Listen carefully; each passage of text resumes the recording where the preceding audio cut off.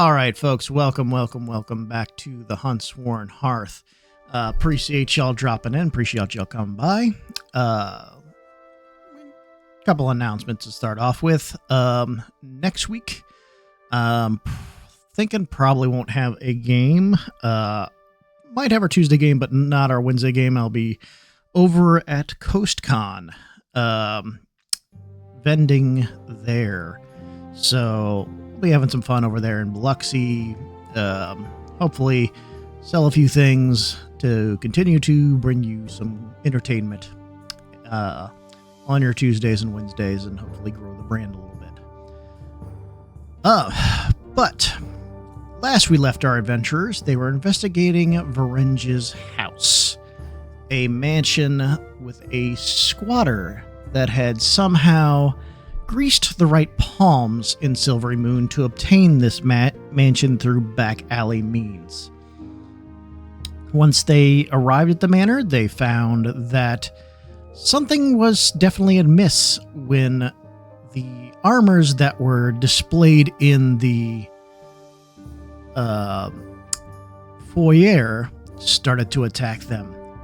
And from then on, they had issues with the furniture, and other strange happenings come in and assault them as they try to make their way through this mystery.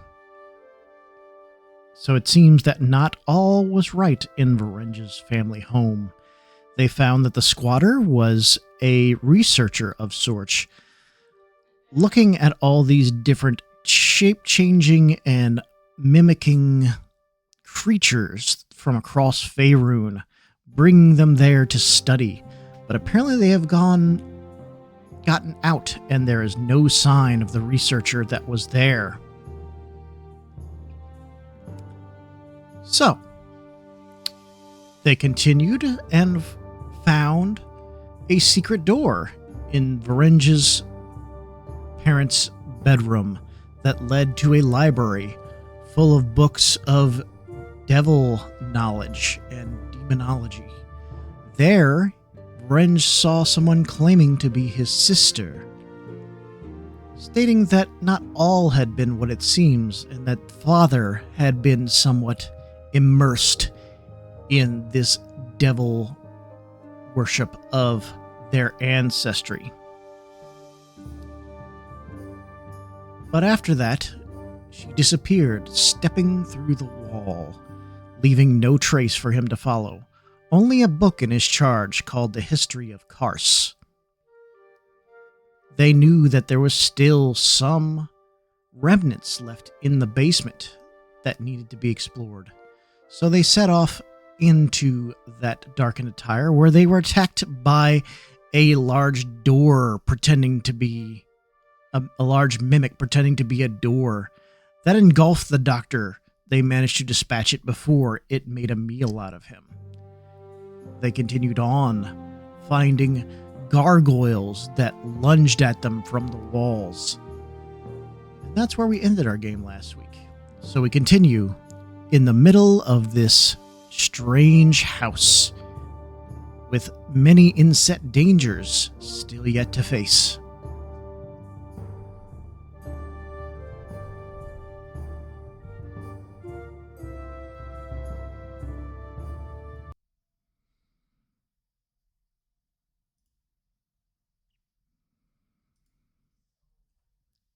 All right, gang, we're live. Welcome back in, and we're going to bring you to the mansion where you spent the last 3 games in such fun times for you guys. Such great and happiness that you've been exploring this family home of Varenge. It's just been a great time for all to have. Yeah. Uh-huh. Yeah. If we go to any of your ancestral homes, they better not be this bad. I mean, if you go to Umbra's ancestral home, Isn't that like not great. Not great. Literally Shadowfell stuff. Like it. Well, yeah. Technically, I mean, Umbra I am literally part of the Shadowfell. I am DMing Curse of Strahd, which kind of is in the Shadowfell. It's a Yeah, dread plane, demi-plane. which is its own Yeah. technical thing, but it is very like Shadowfell coded. Yeah. Yeah. All right, gang. So last we left yourselves, you came across a locked door that unfortunately the doctor was not able to open. You traversed down a hallway and were onset by some gargoyles.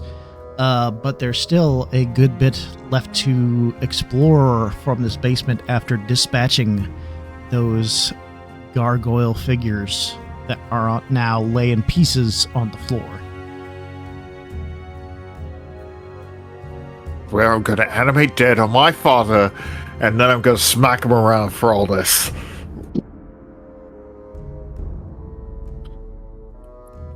Is he Sounds like- buried down here? I actually don't know what they did with his body. Never bothered to find out.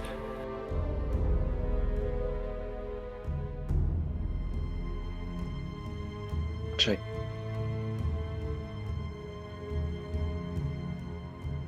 I mean, I'll help you find out just so we can take, revenge on him for all of this stuff. All right. As you come across this hallway, you find 3 looming large statues of knights holding blades to their side, halberds, standing and posing in front of you, but don't seem to be moving at this time, though, it has been quite a perilous problem with statues. We try to disarm them just in case they animate. It's gonna check them over with Mage Hand. As you mage hand over them, nothing seems to happen. If we don't mind, would it be all right if we sat down for 10 minutes and allowed me to cast Detect Magic? Sure. Yes. If you remember correctly, the last time you cast a Detect Magic in this house, it basically blinded you. If we don't mind, the next time I suggest casting Detect Magic in this place, would somebody slap me with a 2x4? Shade Doctor will slap Arendelle for suggesting Detect Magic. What's a 2x4?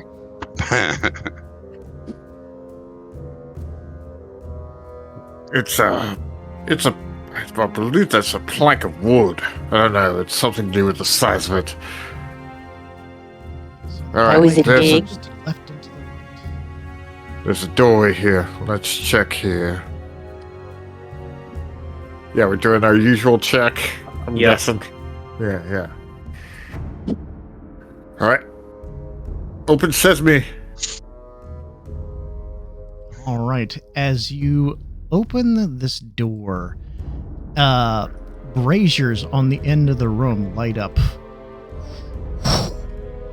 to a stone devil face at the far end of the room with a wide grin upon its face. Do I recognize this devil? It is serpent in depiction. It appears to have scales. Its nose protruding out into a bit of a snout and curled horns. Give me a religion check. Okay. Religion check. Anyone or just With the 20, he gets it. Yeah. So this is depicting Azazel.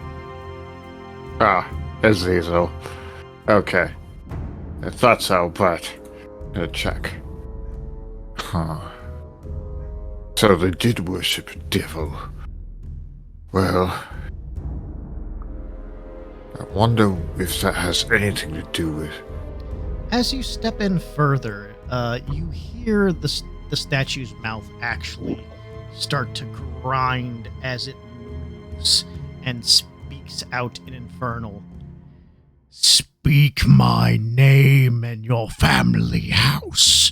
Friend shall pass, all others shall burn. Alright.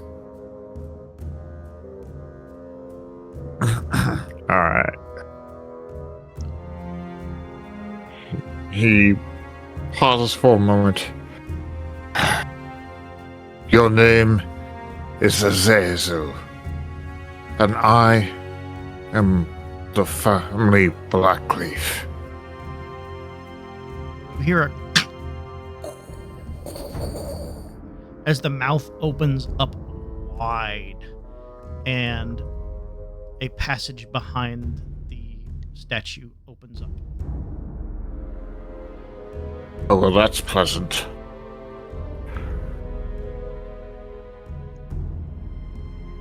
Everyone keep your wits about you. Can never trust devils. Don't really trust anyone, so A wise policy.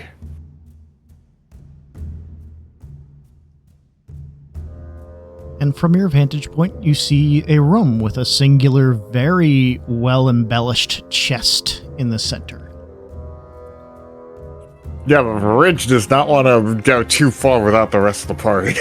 He's like, everything's been terrible here.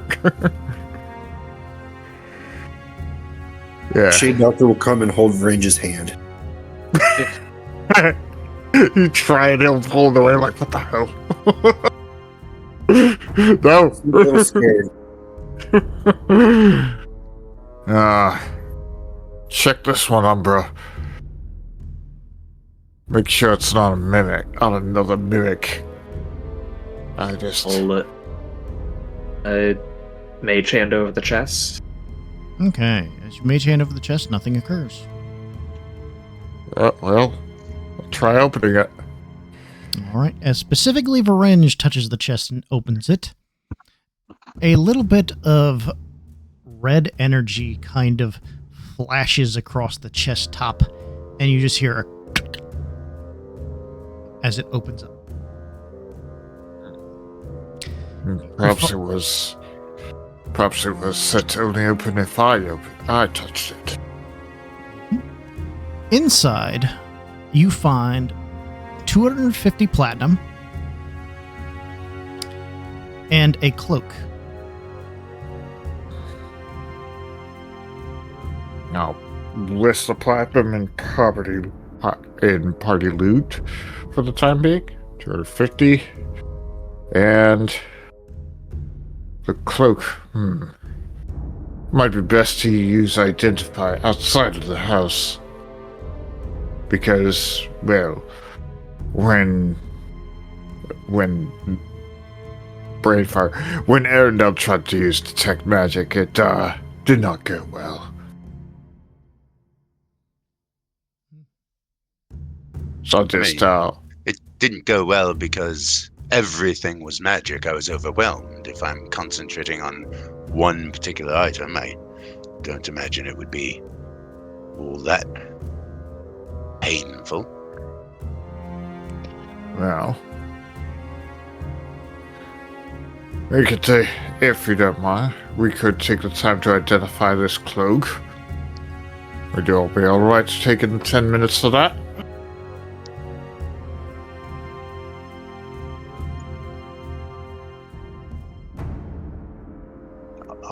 I'm fine with it. Okay. As no one else voices their concern, y'all sit in the room for 10 minutes with the giant stone face staring down at you. A general sense of unease in this room as you handle your hand across this cloak. It is a fine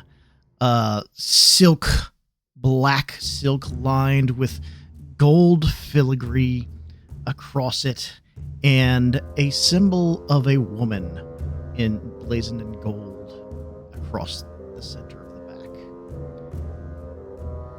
And as you start to finish the ritual, you are able to identify this. This is the debtor's cloak. Debtors?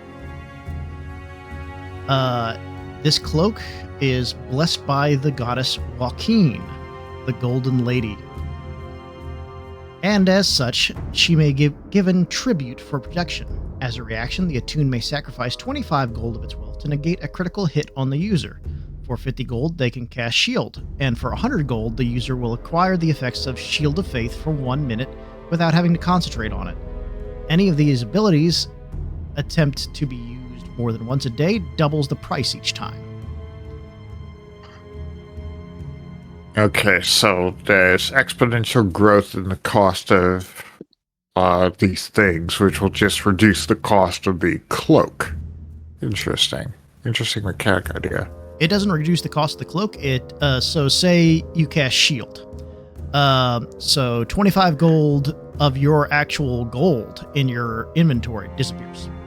Yeah, Huh. we pay for protection. Yes. Okay. Oh, so it works like the magic Then- armor in Twilight Princess. The cloak is the mafia. You pay for protection. The next time you try to use it that day, if it's the same day, you spend 50 gold to cast shield. But on the next day, the cost resets. Correct. Which is honestly, this is actually pretty good. 25 gold for negating a crit can be really good. Because that's half the cost of a healing potion to negate a crit. That is really good. Now, this is Now, good. the other thing but that happens, Arendelle, as you're finishing identify in this house, Oh no. you see,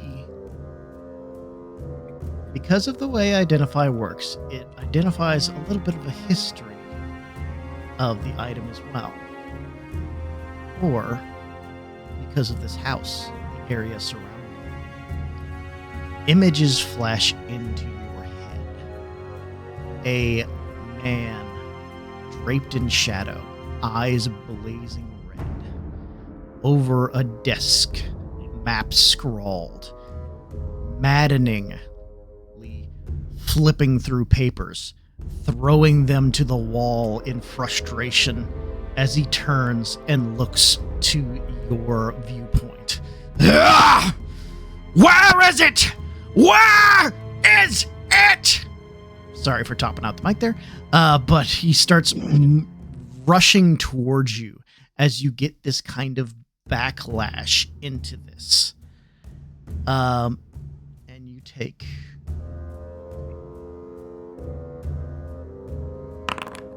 Okay. 1 psychic damage. Very, very, Anticlimactic. anticlimactic, yes. But it was a d20 of damage, and you got the lowest damn number there is. Look at that. Okay, Doctor, have you got that 2x4 handy?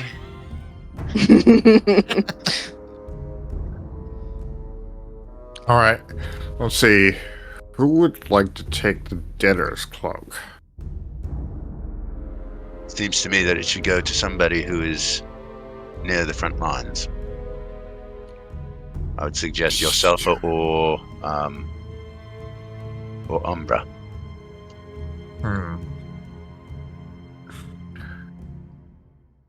I believe Umber is the only one currently not wearing a cloak. Yeah, I believe I'm wearing the Manticore spike cloak. Is Shade Doctor wearing a cloak? He's wearing Shade cloak of Doctor's I think I protection. have that for cloak of protection.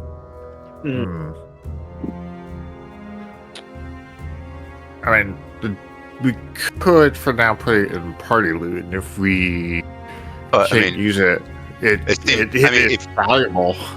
If it's going to go into party loot or onto somebody who's not on the front line, I think it makes more sense to put it onto somebody who's not on the front line.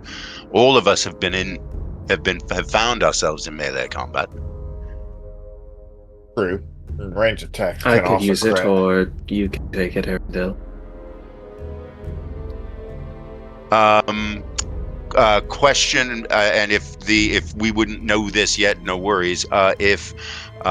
If Mooney were to put the cloak on and then transform, would she still get the benefit? Depends on the transformation. So, say the If it death can wear a dog, cloak. it cannot wear a cloak. The bug creature that she transformed into before could wear a cloak. So I'd have to transfer her into a humanoid to be able to use it. Still a monstrosity, but a monstrosity that can actually... Yeah, use stuff. Yeah. A non-animal. And does that cloak require attunement? It does. Oh, so I'd have to give something up. Is Arendelle currently wearing a cloak? He is not. Either you or I could get.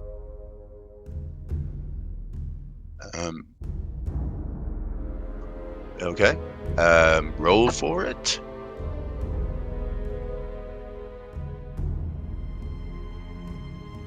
Yep.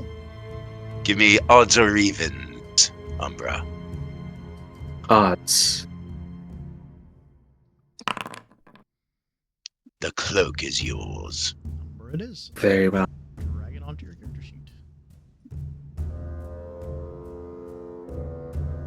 It'll take an hour to attune to.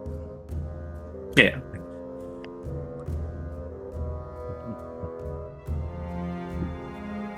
After you leave the room, the mouth of Azazel closes up. Up to Hmm. there. I Okay. wonder if my... So, Oh, great. Oh no. I believe that... Yep, Arendelle went into the hallway. And specifically, when you stepped on here, I believe you did. The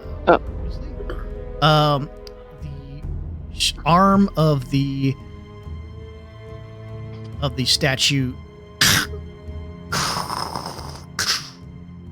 as your foot makes a depression into a specific stone in the floor. Give me a dexterity saving throw. Help! No one triggered that on the way in. Nope, y'all specifically avoided that little stone. Okay. That's a nat 20. Yeah, that's a Nice. nat 20, and this is an all or nothing. So you just managed to duck to the other side of the hallway as the halberd takes a big swing, clangs against the other wall, and then the statue reverts back to its stance, the stone depression in the floor resetting. I will stand right here and point. Was it this square? Yeah, it was that square. I'm going to move carefully to this square and point at that one as people come through. Don't step here. Don't step here. Oh, Shade Doctor, step right here. Don't step here. Oh, wow, rude. Yeah, stay on this wall. I don't trust anything in my house anymore. I wonder if that chest opened up for something different for my sister. Interesting. Right, as you make your way to that Two hallway, doors you down here. see a set of double doors inset into that wall. Gonna mage hand over to the doors across the hallway, just check over. Excellent.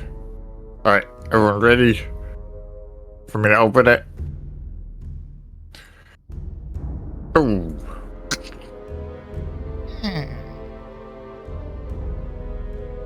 Just taking one step in.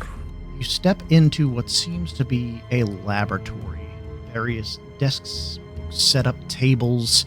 Most of the equipment has been removed, but some of the books are still there. A set of alchemy tools laid sprawled across the table over here, and a little bit of notes still left upon the desk.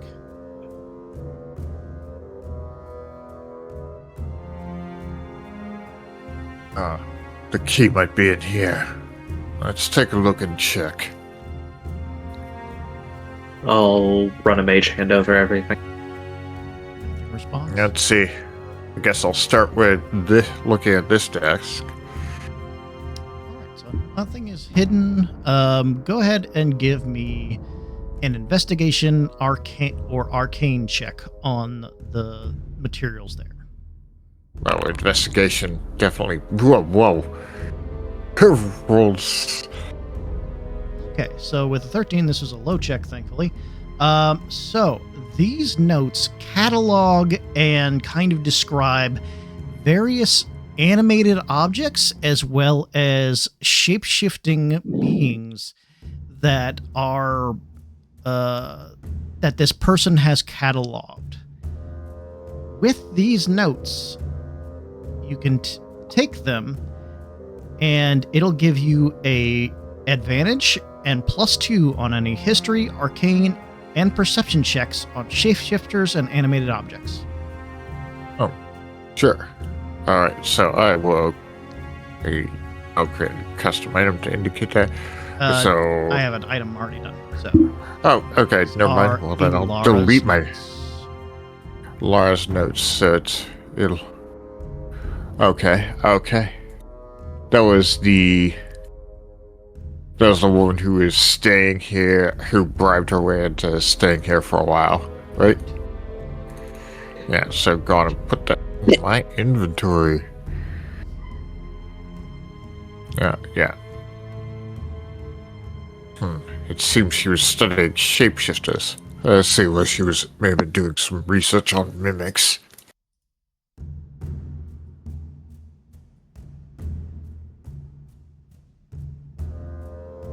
Y'all search anything else?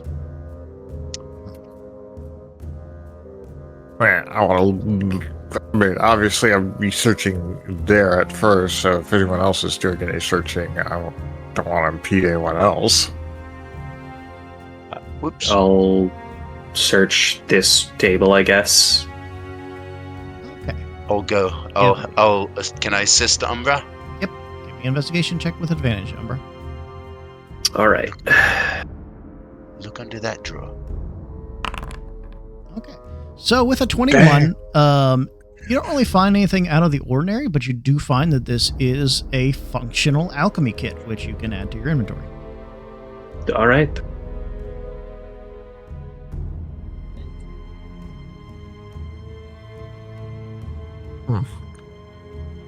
That may be handy in creating poisons. I believe Shade Doctor would make good use of those. That would be a poisoner's kit, actually. It is a separate really? thing, yes. Yeah. Okay, so what do alchemy kits do then? Acids and antitoxins, if I remember correctly. No, antitoxins is herbalism, isn't it? You can make acid, alchemist fire, a component pouch, oil, paper, and perfume with it. Yeah. Okay.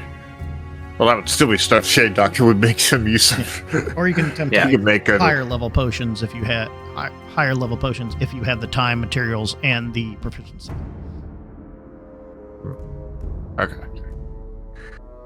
Okay.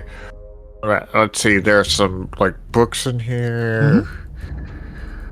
Let's try another investigation check of the room as a whole to try to find useful things, particularly the key. See if I can find the key to that other door. Yeah, with a 22, you start at those books and you see one that is labeled what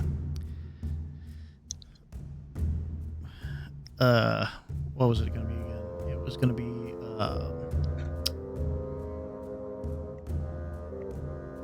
the unopened passage. And as you pull that book and pull it off the shelf, a key actually falls out from the center of it. Not one for subtlety, are you, Father? Pick up the key. I believe this is what we need. And with that 22, you will find that this all appears to be Alara's equipment materials.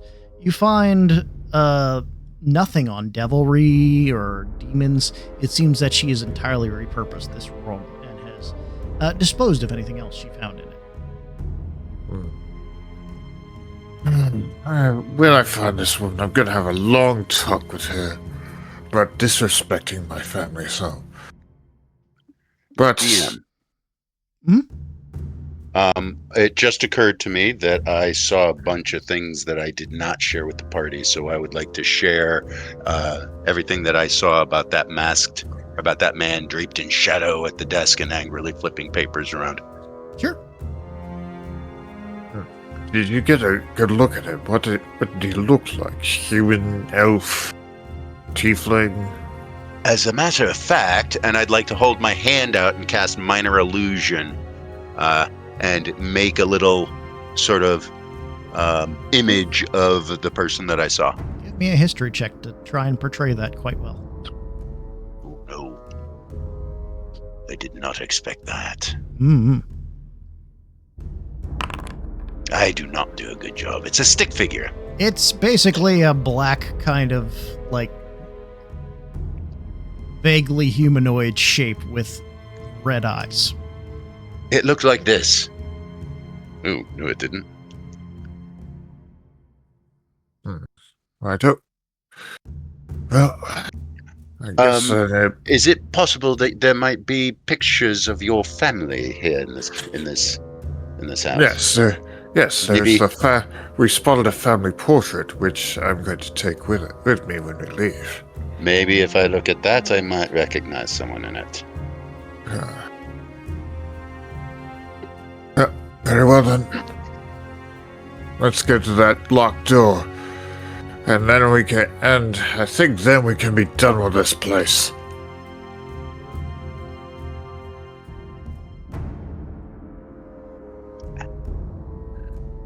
Whee! Stay away from that far wall. Yeah, wait forever. Yeah. Oh. Alright. You gonna use the key? I'm going to step back a bit. Okay. You insert the key into the lock. It clicks open easily, and you're able to open the door. As you open the door, you see a mimic. However, it has a bright, big eye in the center, a big drooling tongue, and as it looks up to you, it goes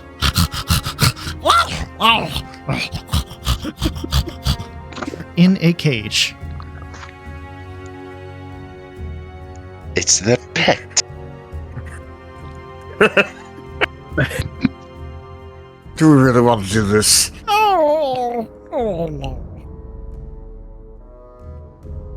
Jeff. There might be something of value or useful for your investigation in there.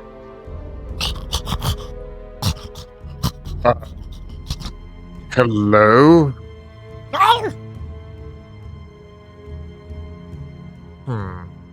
Can you understand me? And he kind of like wiggles his whole body back and forth like a dog would. Does anyone recall anything about mimics if they are capable of intelligence? You do have Alara's notes on you currently. Don't you? Yeah. Don't you have notes? Oh, yes. Alright, I'll take a look at Lara's notes. Okay, so Alara's notes list this as the strange creature. So, this is, in fact, a mimic. However, it is, in her notes, described as quite friendly. Among all the creatures in my collection, the test subject designated as Kevin continues to be a mystery. Unlike all else, it is inherently friendly. Odd for its kind, perhaps another evolutionary trial, such as how wolves sometimes self-domesticate. While this has led him to be docile, the other mysteries it seems to be able to ingest things larger than himself and store them rather than digest them. I assume that they may have embedded inside of them a pocket dimension that they can in theory break down things inside of it to sustain themselves.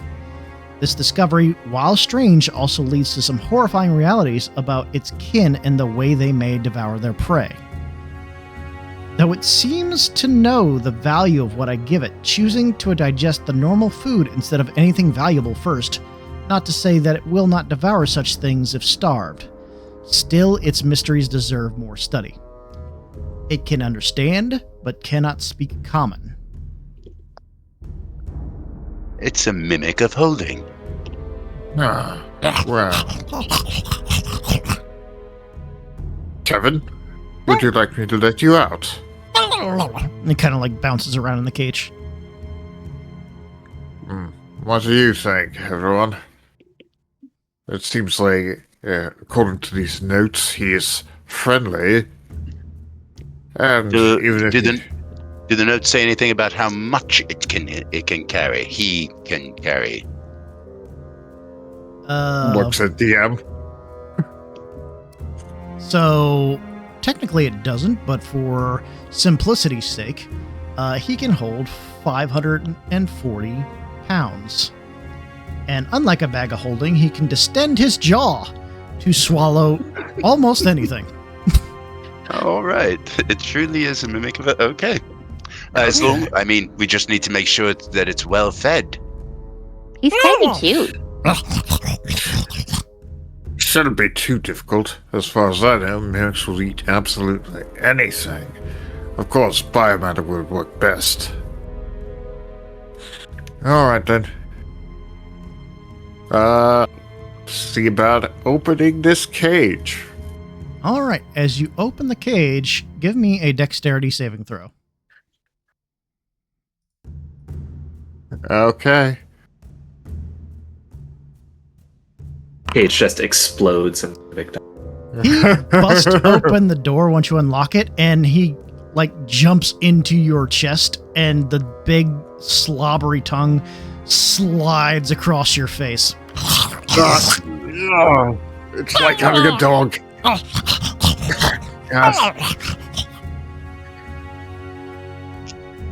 Yes. Thank you, Kevin. And he drops down to his ground, and his little like corner feet kind of like pat happily on the ground. All right. Come along, Kevin. We'll be going on some adventures.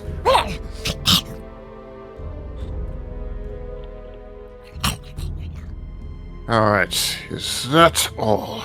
I don't believe there's anything else for us to explore here. Looks like there's a hallway this direction. Very well then. I think that might lead to the... Just proceeding forward, Garage. sweeping through everything with Mage Hand. Okay. As you come to that section, you see quite a number of doors in different directions, as well as another set of statues embedded in the wall. Okay, stay far away from the statues. I guess we'll go down this way first. Because I'm pretty sure that way would lead us back up to the carriage garage.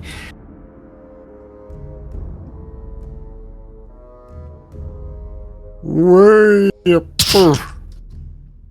As damn you it. step onto that, set of stones, the mouth of one of these statues opens up wide as it bolts out with an electric energy. Let's see, what is it? D20 plus I'm gonna get PTSD from this. 9. Okay, so it does miss you, but a bolt of electricity shoots through the wall and just barely misses you as stones under your feet depress.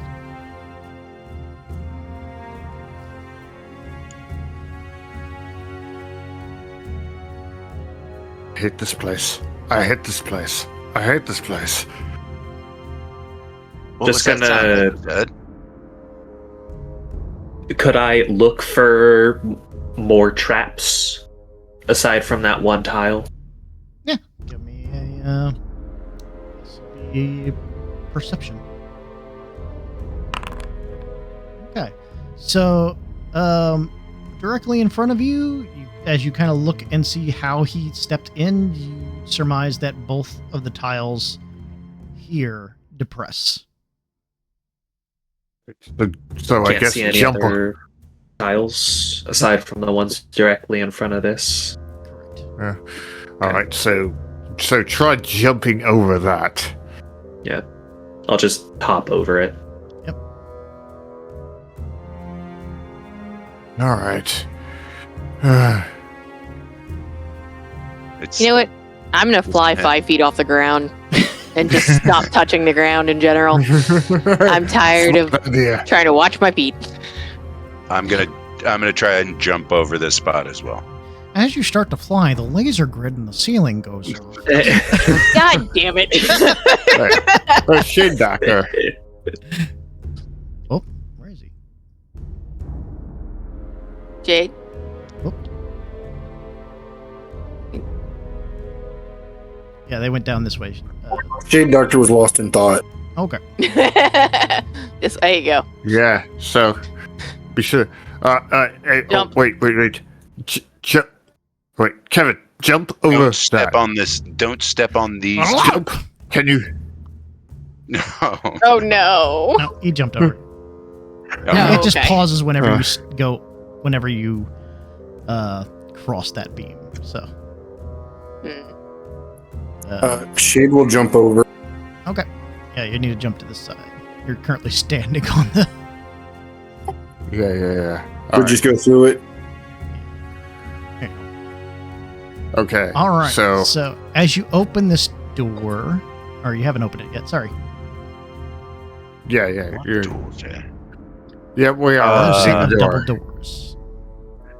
I'm going to pull out a crossbow bolt and just put it on the floor right in front of the tiles that we know are trapped. Okay. Okay. All right. As you open this door, you see cages and an elf standing inside one of them. Help me! You need to help me! And who might you be? Forget that! You need to help me! I would like to check the room for Everything. traps and hidden creatures, that kind of a thing, and just like look around to see if it's just us in this room. I'm also gonna If there's insight anything check- pressing. Yeah, and I'm insight checking this person. An insight check. Okay. Can I make a Okay. perception check? He seems very disturbed. Yeah, make a perception check. 22. You don't see anything else in this room. Revenge with a 10. This person looks like they've been sitting there for an extended period of time. They are sweating. They're a little flushed around the cheeks and very desperate to get out of this cage. Okay. Shade Doctor, could you come help us pick this lock? And I will place down in the cage a ration for her to eat while she picks the lock. While Shade Doctor's walking up and was going to ask, how did you find yourself in the cage? You do have a key. Yeah, well, I wasn't sure. I thought that was for the room. She just repeats, forget that, you just need to help me. And with a 17, We are helping. I'm holding a vicious mockery in case she does anything hostile. the cage opens up and she tumbles out of it. Just panting there, hands and knees against the floor. Alright, now you probably should eat something. It looks like it's been a while since you had a proper meal. She holds out her hand. Gonna get the Yeah, giving her the ration. As you hold out your hand, her arm twists and distends, a tendril morphing out from Does her my hand vicious mockery and go off? wrapping off her hand. Yep, we'll get that in a minute. Okay, sorry. A smile creeps along her face as it kind of cartoonishly widens and her torso starts to split. A mouth full of teeth widening along her belly as an eye opens up in the middle of her chest. Go ahead and get the correct token now. Great. Yeah, I knew this would happen. Oh, you're an ugly. You're ugly now. All right. That's not a nice thing to say. Yeah, I feel like the response of like, oh, why are you in the cage? I don't care, just help me. I feel like that probably should have been a bit of a red flag. Well, I rolled 10 on I insight, mean- so Yeah, it. Yeah, All right. You see, also, Varin's thought, well, if she tries anything, we have her massively outnumbered. okay. Because there's no surprise actions in but you did have it held, I will allow the Vicious Mockery to go off. Okay.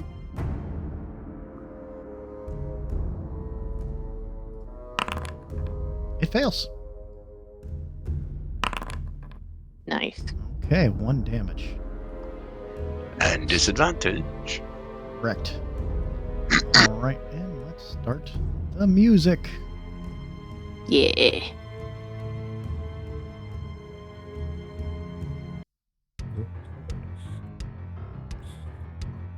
All right, beginning Umbra, you are kicking us off. I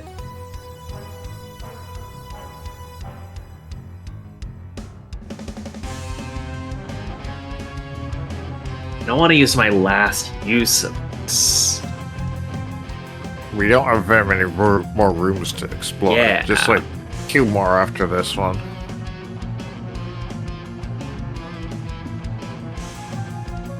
I'll hold on to it just in case. Let's just cast Sorceress Burst.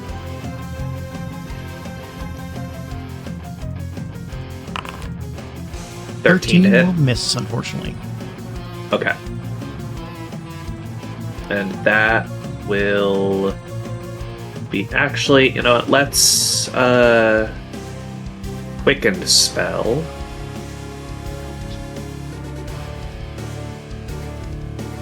Another Sorcerer's Burst. Okay. Nat 20 will hit, yeah. Alright. That will be 17 points of psychic damage. Okay. And that will be my turn. All right. Orange, you are attached to this thing. You are grappled, but not restrained.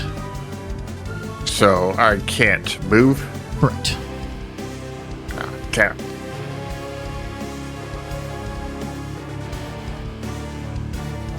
Alright. And let's see. Obviously, I'm not on my blade song. Guessing that wore off by now. Oh, yeah. Yeah. Definitely off by now. Hold on a second. I'm double checking my resources. Oh, I still have that. Okay, good to know.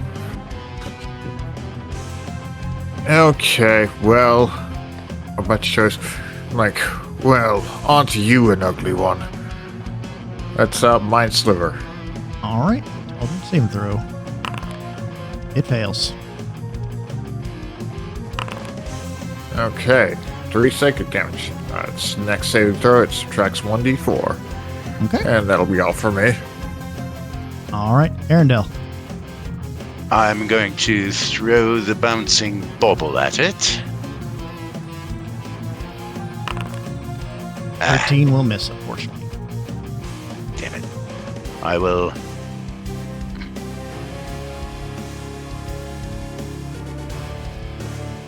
bonus action, retrieve the bauble. Okay. And that will end my turn. Okay. The evolved mimic is up. Oh. The mouth on its torso opens wide as it looks hungrily at Varenge. As it bites at you with advantage. With disadvantage. Okay, so that'll they be can't straight. fly. Oh, yeah. Oh, it misses horribly. Okay. All right. Then its other arm will demorph into the Suetapod, and it will strike once at Shade Doctor and once at Umbra. Wow. 9 will miss at Shade Doctor. Next at Umbra. 7 will miss. Jesus Christ. All right. And lastly, you will see the wounds that you inflicted start to knit up slightly.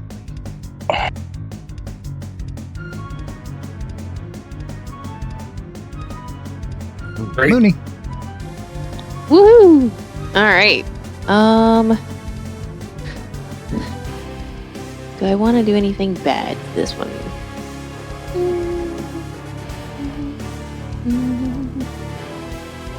Frostbite.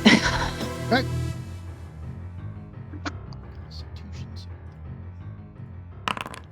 With It disadvantage. succeeds. Oh, no, against a negative D4, right? Yeah, minus Sorry. 1d4. Okay. It's pretty much gonna...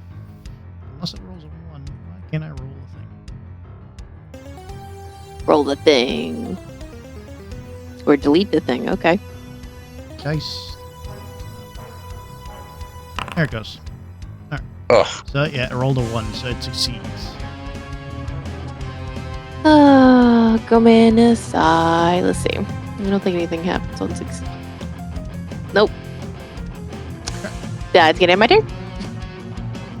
All right, Shade Doctor.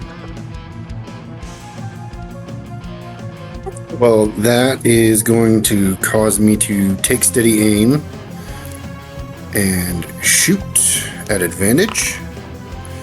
All right, 23 hits. I was hoping. 4 for that one. Now it's vexed. Now to stab it with the chicken dagger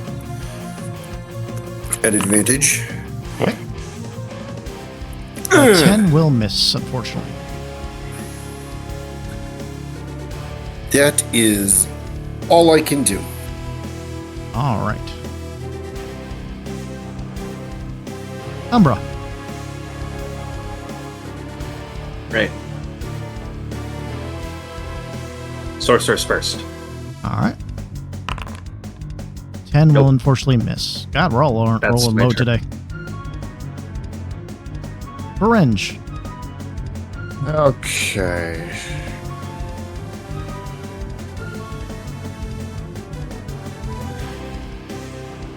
So I'm thinking whether or not I should try to escape or not. See, because I'm feeling no, I'm not in a bad position yet, so I'll just cast Sword Burst, which Okay. means it has to make a dexterity saving throw. It fails. Okay, All right. 3 force damage. All right. It's like spectral daggers just spin all around me. Alright, that'll be it, because I can't move. Arendelle. I'm gonna hit it with a vicious mockery again. Okay. It fails. 5 damage. All right. And I am going to move. No, I'm gonna stay here. End my turn. All right. Its turn. It bites with regular attack It's at advantage, but disadvantage. Oh, Oh, a 23 will That hit hit. Yeah, okay. for 12 damage. That takes all my temporary hit points, but I am also going to use my reaction to cast Hellish Rebuke. Careful, I'm spicy. Okay. Oh, that was terrible. I apologize. It fails. Excellent. 13 fire damage. 13 fire damage. Oh, I missed one of the dice for the bite. For some reason, not rolling the acid. Oh. All right, I gotta check something. Or Got 2d8 the- piercing damage as the topper is grappled by the medic plus 1d8 acid. Okay, so.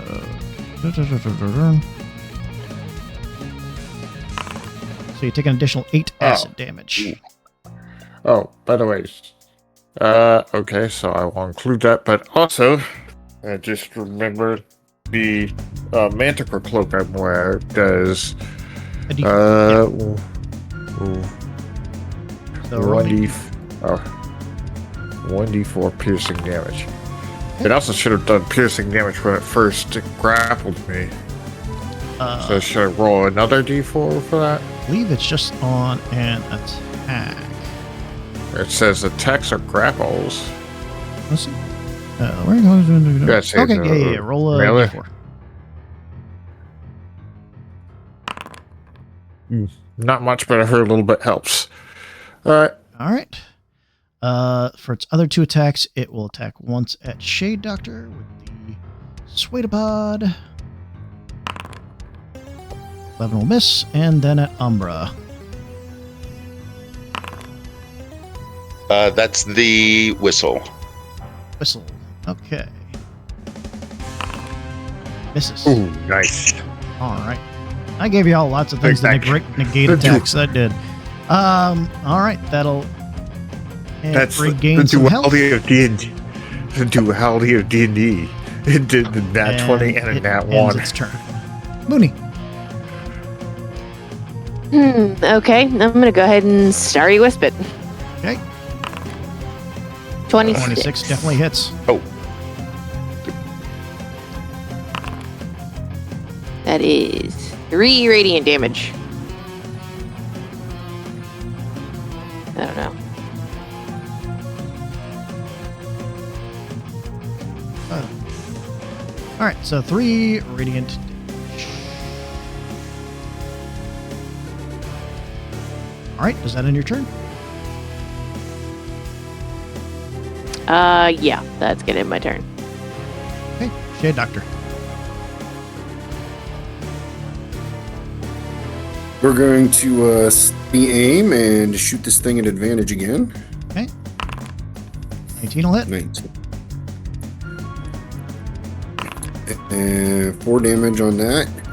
Chicken dagger at advantage. Does a 15 hit? will miss. Oh, man. So, yeah, that's it for me. All right. Umbra. Sorcerer's Burst. 15 to hit. 15 will miss. That is my turn. All right. Revenge. Alright.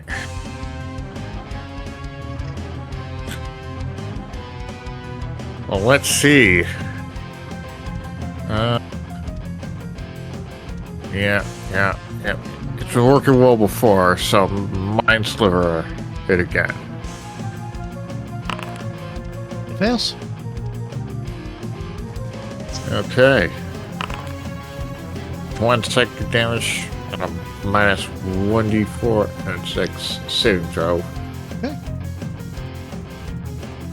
truly happening right now. Arendelle. Mockery. It succeeds, Damn it. even with a D4. Ugh.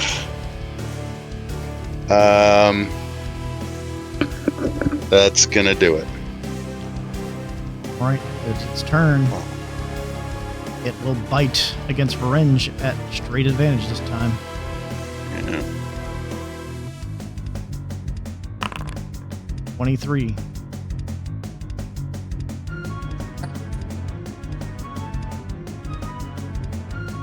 Okay.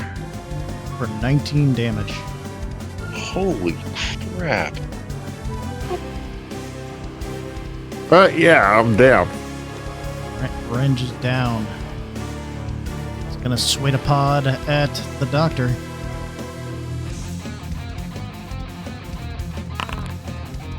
Miss. Swing a pod at Umbra.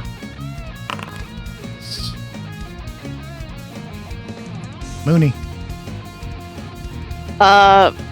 Well, healing word on Varenge. But I was gonna say I've got him. you got him? Okay. I've got him. You're more powerful than me. Okay, well this guy is meaning business, so I'm gonna start meaning business too. Flaming sphere.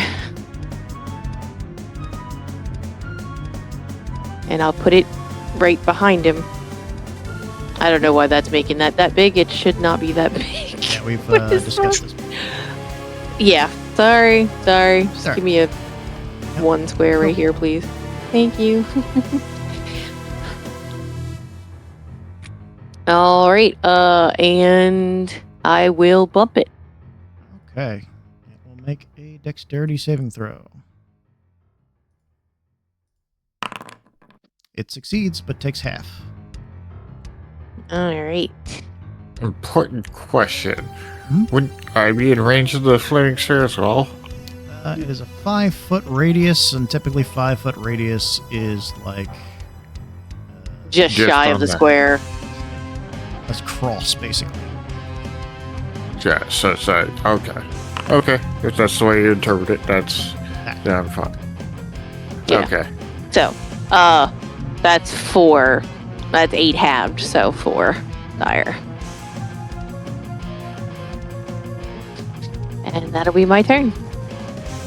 Hey, Doctor.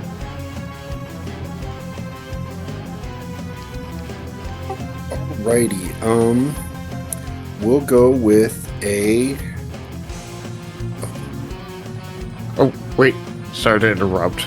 But it should have taken 1d4 piercing damage from my cloak. Yeah, go ahead and roll it. Yeah. I've been forgetting that so often, I gotta get into the habit of remembering it.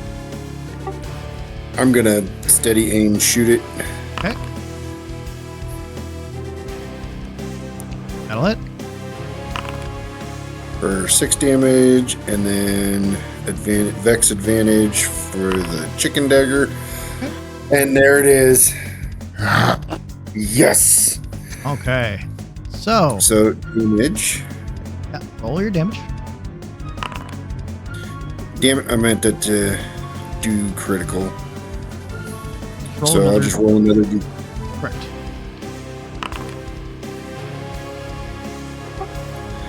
And then the sneak attack. Double as well.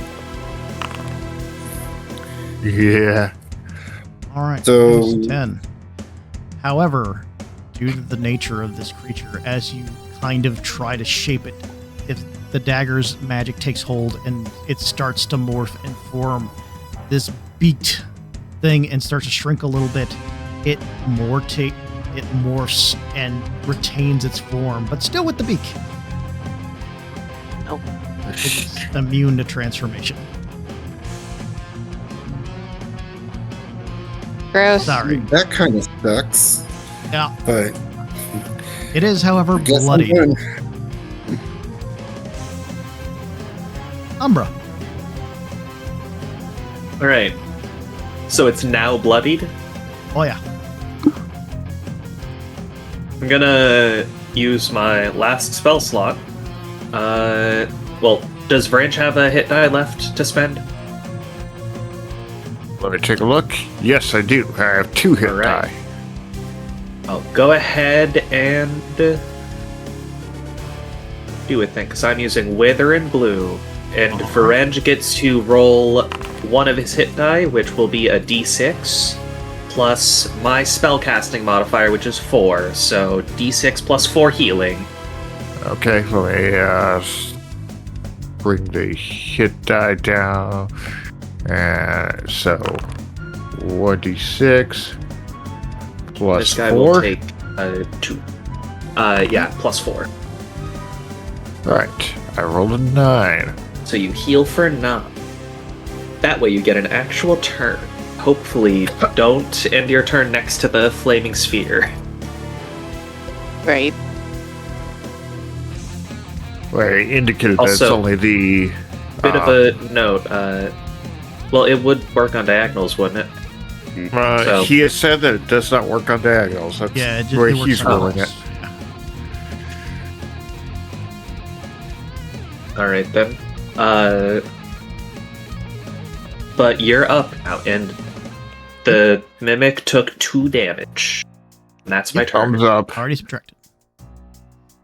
Right, am I still grappled by the Grappled, mimic? yes. Attached to its arm.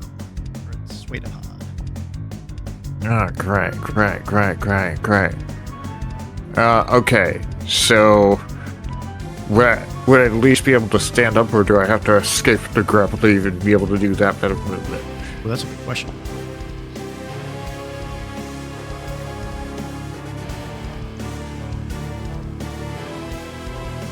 Yeah.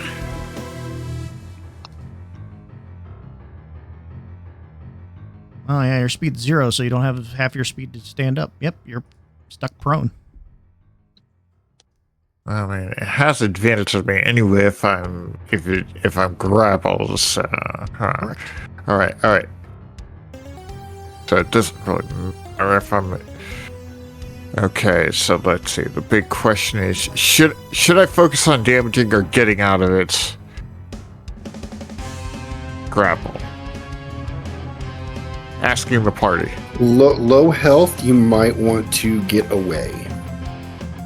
I mean, either way, I could. Yeah. Hold on a second. Do I have?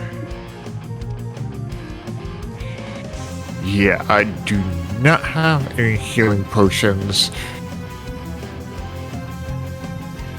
So I think my priority should be to just to keep doing damage because I do not. Right, what does this thing do? Let's see. Sorry, I'm trying to remember what the Fire Helmet's Fall does. Okay, so that doesn't do any healing, so... Oh. I could have used that token, but whatever. I can see... Alright, yeah, I'll just keep mind slivering him. Because I do not have any way of healing myself. It fails. So... Best to just help out the rest of the party. 1 second damage and... Negative 1d4 on the next saving throw. Arendelle. Alright, action. Fails. And bonus action. Looking At bad. second level on Varenge.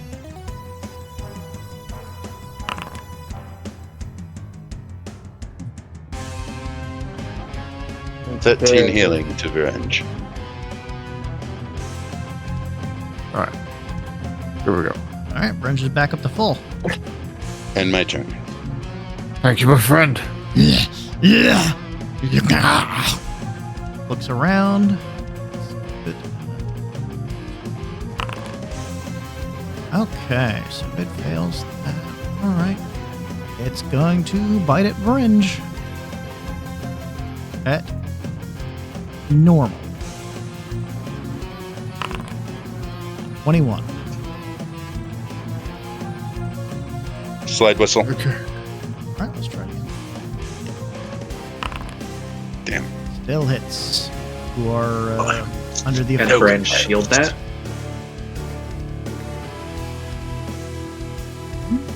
Oh, that's up to French. French, will you shield that?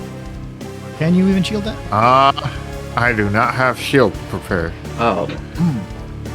Okay. All right, so that's... I do.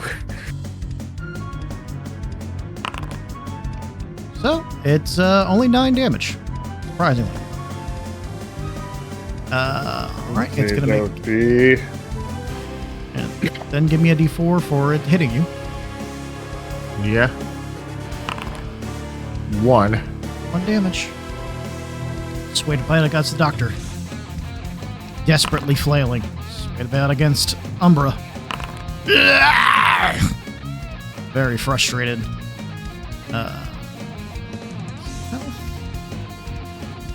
Alright.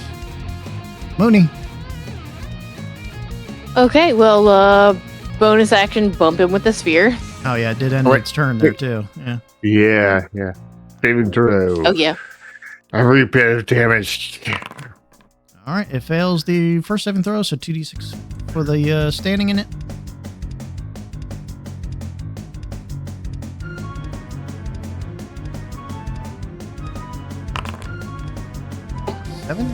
And then it will do it again. Dexterity saving throw. Succeeds on that one, but 2d6 will have it. Okay. Ah! Type that backwards. Whoops. 7 again. So, 3. Sizzles across its skin, the form starting to deteriorate. Oh, you need to calm down. Really. And I'm going to Starry Wisp him. This 16 hit. Will hit. That is the AC. All right. 7 radiant. All right, as you strike it with this radiant energy, you see its form just kind of ripple and bulge outward as the human mouth lets out a scream. Ah! And the at the same time, the chest lets out a scream as well. As it just deforms into this strange bubbling meat and sinks to the ground. Well, that was interesting. You. Thank you, Betty. Uh-huh.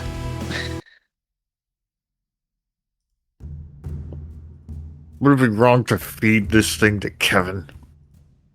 Do you think Kevin will eat it? Isn't that like cannibalism or something? I don't think mimics care much. They don't see much for morality.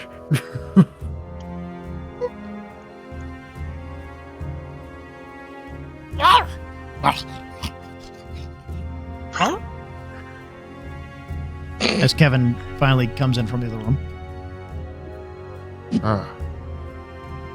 Kevin, were you watching out like a good boy? Kevin has no ability to fight, by the way. I figured. Well.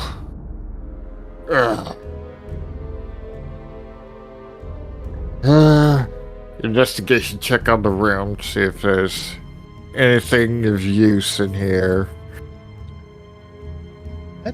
Can I do a check of the mimic and just discern anatomy and whatnot? Like how kind of like you would do an autopsy kind of thing? So with the kind of alien and she wants to thumb through those. Are kind of more strange and magical rather than medicine. It'd be more like an arcane.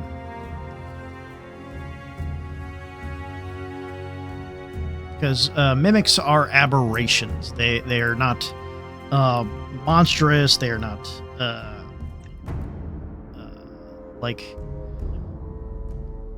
They're not bestial in nature. They're kind of like alien mysteries. So discerning anything from medicine, they don't really make sense. Especially when y'all read those notes, y'all note that part of them seems to be attached to a pocket plane, actually.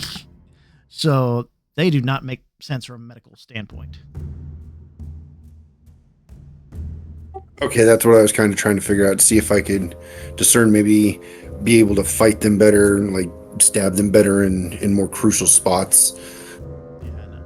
If you're trying to like, if you have like a specific mimic in front of you, you can utilize a check with those notes in his thing to try and discern, oh, does this have any resistances? Does this have any that kind of thing with the large notes. But other than that, you can't really do that prior to fighting them. It's kind of like an in the moment mechanic. Or if you have knowledge that one is around, if you see the one that you're fighting beforehand, you can kind of peel through the notes and kind of look through it. But if you're in the middle of battle and just like, oh, here's a mimic, you're not going to know that right off the bat. So, if that makes sense. Oh, Makes perfect sense. Gotcha. so what, am I able to find anything with my 19? With a 19, as you kind of look over this room, you kind of look to find some remnants of shattered cages along the ground, along with the two large cages that are still intact. You will kind of bring into knowledge that this was probably where the majority of her test subjects were supposed to be being held, at least the ones that were immediately dangerous to her, that have since escaped. I'll cast False Life on myself to give myself some temp HP.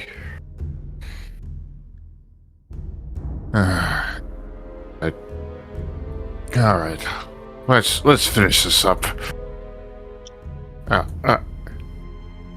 Kevin is behaving as an enemy, and we can't move through his space. Oh, how do I fix that? Well, I'm probably just going to give y'all ownership of them, honestly, so you can move stuff. Yeah. Yeah, since he's gonna be, we're gonna be using him as a pack mule. Yep.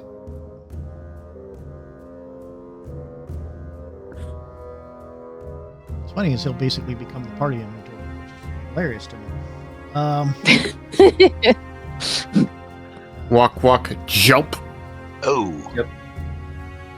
Interesting thought is, if Kevin were to meet an untimely demise, what would happen to any of our stuff that he's carrying? You want to make me an arcane check with advantage and the +2 from the notes? I mean, Yeah. Vern would let anyone in the party can use the notes if they're trying to look up stuff about mimics. What the that'd heck? be a 17. With a 17 and kind of the combined knowledge, because you have a bag of holding in your inventory, you would surmise that actually with a 15 you would understand that if Kevin were to die, everything that he would kind of explode with everything inside of him falling out of him. Okay. Interesting. Because he's not And how much connected can to he store? the astral plane like a bag is. He's connected to a pocket plane. Okay. How much can he store inside of him? 540. 540. Yeah, we can now look at him.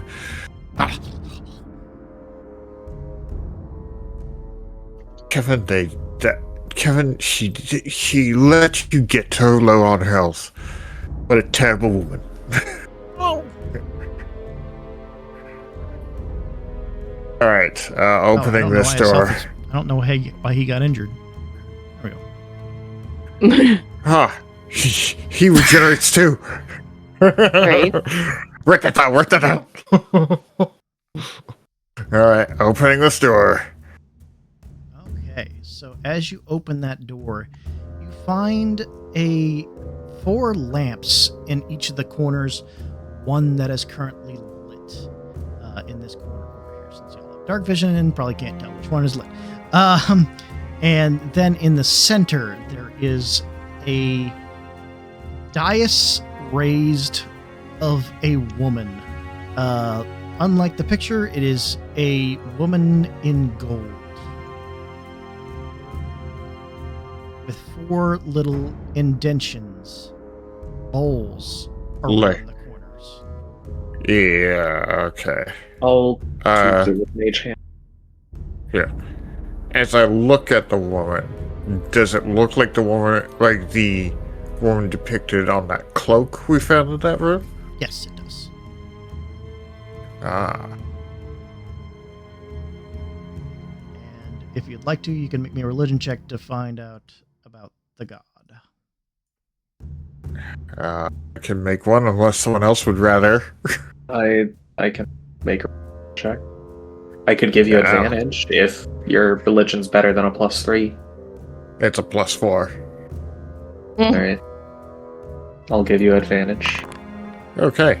Alright, 17.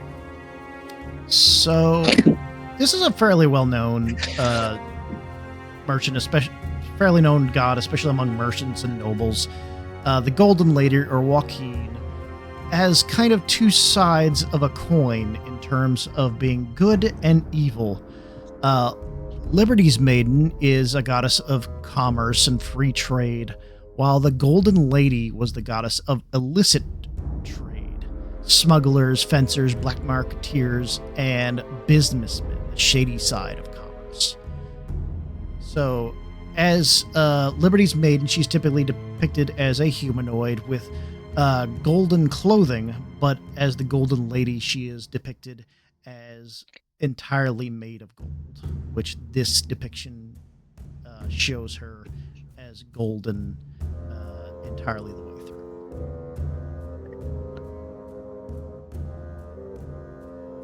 Okay. Huh. Rather interesting. Devil worship, but also worship of the Golden Maiden. I'll investigate the dais. There's any secrets hidden here, like any secret compartments, because there's been a lot of those. Oh. With the 28, unfortunately, you just get the description I gave you. There is, because this is a puzzle, you surmise that there's something extra to this, but you can't just discern it just through your rules alone. The 4 dishes on it seem to be possibly something, and the lanterns around the room also seem to be part of it as well. I'll put a gold coin in each of the indentations. Okay. So you start to see the bowls kind of shine a little bit, but there's still something missing. This is the lantern that's lit? No, it was this one. Let's light the lanterns. So I'm gonna light this one. Okay, so I can do fire. Thaumaturgy should be able to do that. The one over here lights as well. This one goes out.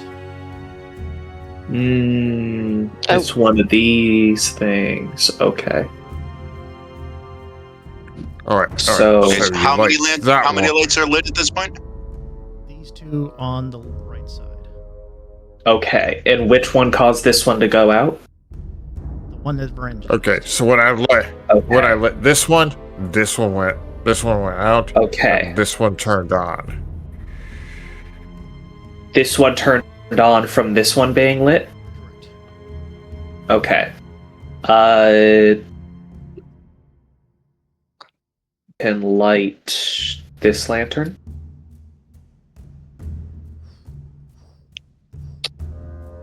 Now 3 of the lanterns are lit, and the lantern in this corner turned off. The one in the lower right corner was never actively lit. No. This one was lit. Okay. No, it was on, but we didn't light it. It lit when another lantern got lit. Me do. Yeah. So Currently, those 3 are lit. Is there a coin in each bowl right now? So, yes, I put a coin in each thing. Okay, I'm trying to figure out how we can get this to... How we can fix this. So Okay. we can light this one because we can check to see if this is it triggers each thing like next to it, but not the one across. And then we can we can check to see if it's like some of them activate each other, but not This way you can see them. certain one. Yeah, okay. That's good. So those 3 are... Lighting. Those 3 are bad. This. You're lighting that one? Yeah.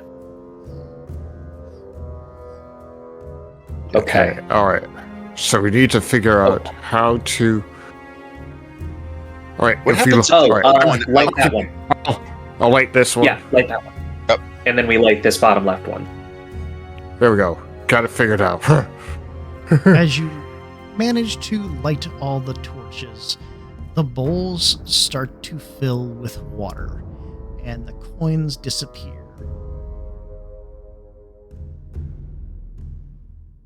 The water is red. It looks very similar to a health potion.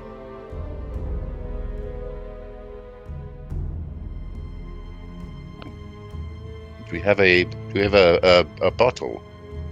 Oh, yeah, Presumably I we would definitely... have bottles from potions I we've used. definitely... that alchemist supply kit. First of all, I definitely have drunk at least 3 health potions, and there's definitely an extra vial in the alchemist kit, so... Using the alchemist kits, you'll be able to siphon the water out of these bowls and obtain 4 greater healing potions. Are we Definitely. sure they're healing Right. potions? I mean, I was for going to take semantics one sake, immediately, since... For semantic sake, yes, they are healing Okay. potions. Do I need to cast detect poison is what I'm trying to say. You're good. These are Okay. 4 greater healing potions. Do y'all like that puzzle? Okay. So Vrench gets one. Yes.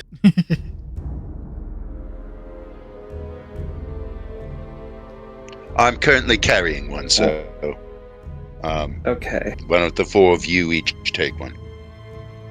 All right. Yeah, okay. All right. Y'all need me to add them to your character sheet, or y'all got them? I don't have You said it's any a greater, potions right? at all. Yeah, greater healing potion. Okay. Alright, I can, Healing. hold on, let me There get, hold on, let me get that. Alright, just a second. Greater healing. I got it open. I'll drag one to your character sheet. I got it for me. Okay. I got mine. Right. Alright. Did Shade Doctor get his? There were 4. Who'd they go to? Everybody Everyone but except Arendelle, I me. believe? Okay. All right. Greater Alright. healing potion on Shade Doctor. There you go. Alright. Alright, let's go, Kevin. I still can't move through your space for some reason. Hmm. Sorry. I've been dragging him around. Hey, yeah. I mean, technically, I could drag him too, There we but go. It should be listed I as thought it was friendly. funny. Yep. There we Okay. go. Now I can go through him. Okay. Now we're prepared. Sizing up at this door. Alright, everyone ready? Yep.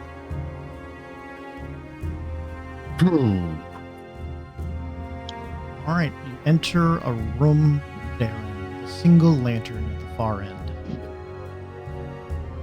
Unlit. Lit.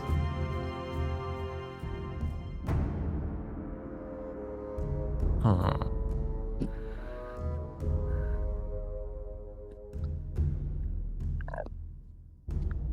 Okay. This is rather odd.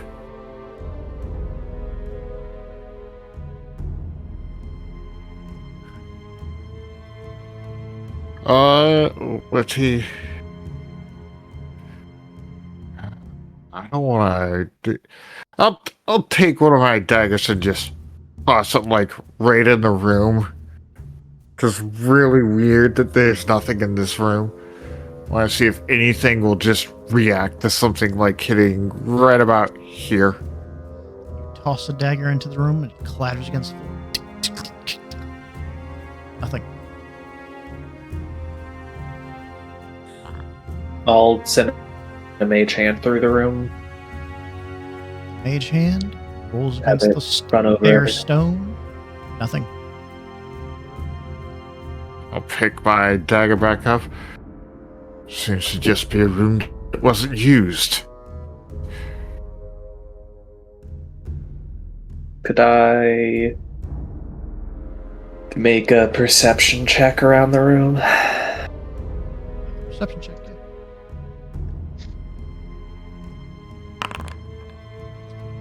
18.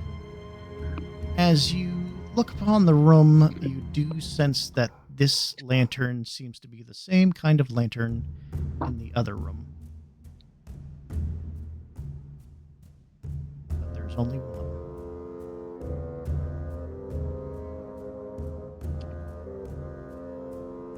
I'll prestidigitation to light the lantern. It is currently on. Oh, it's currently on. Okay.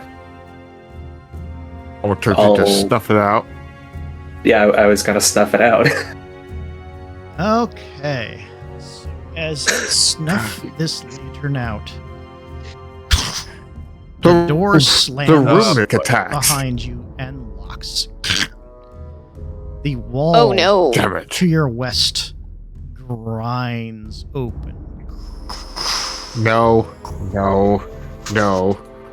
As The an hell is eye embedded in the ground blinks and then stares at each of you, quivering in a strange stone socket.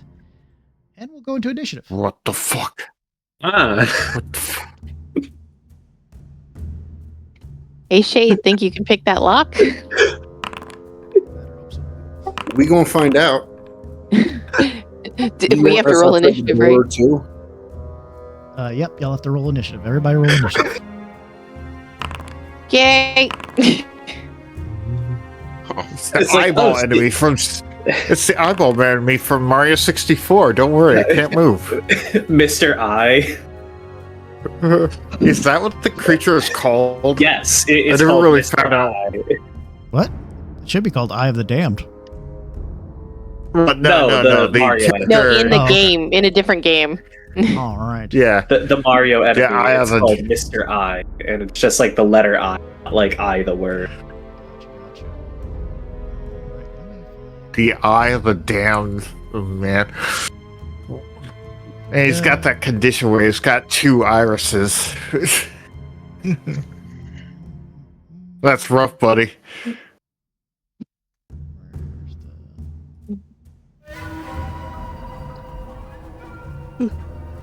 That.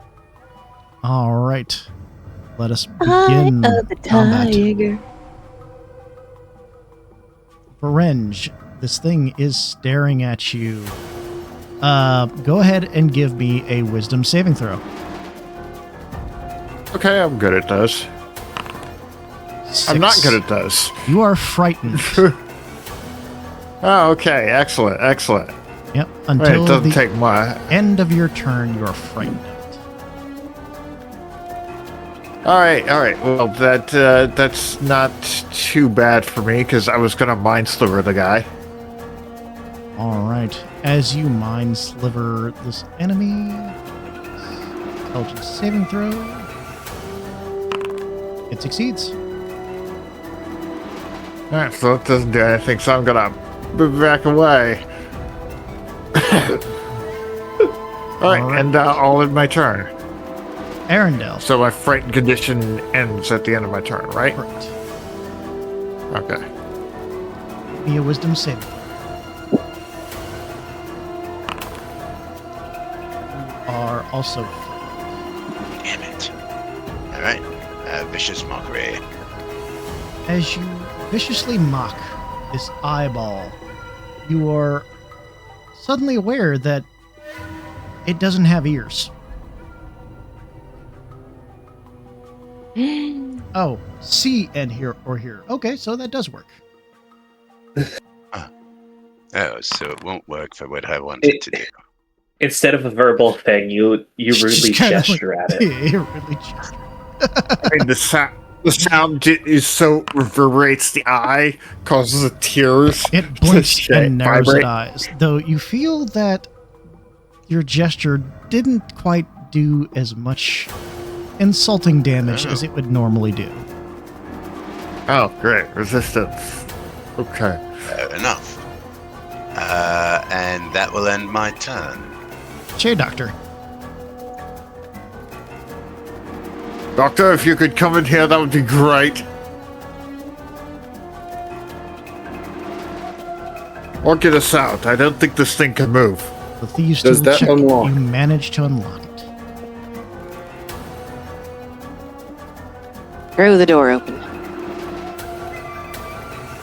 Throw the door open, and that's all I can do. Well, I can move in. I'm gonna move in. Let's see.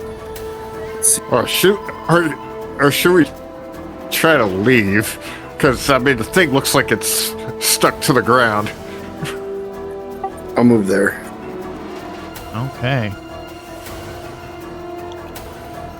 Start of its turn, the eye narrows and then shoots to the door. And locks it again. Oh, okay. So we're doing this now. Then, with a bonus action, because it'll use its action to close and lock the door, it is going to give Oh,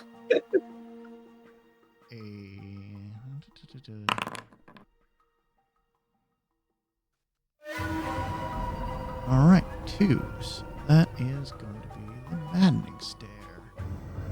4 in the room. Let's see which one it affects. Oh, 1. Shade Doctor. Give me a charisma saving throw. Oh no, that's his worst stat. He only has like a 5 charisma. oh no. Oh no. Ah, You succeed. You feel your hand reach for your chicken dagger and staring at Umbra, but you manage to shake it off. Umbra, give me another wisdom saving. Okay. Wisdom. 15. 15.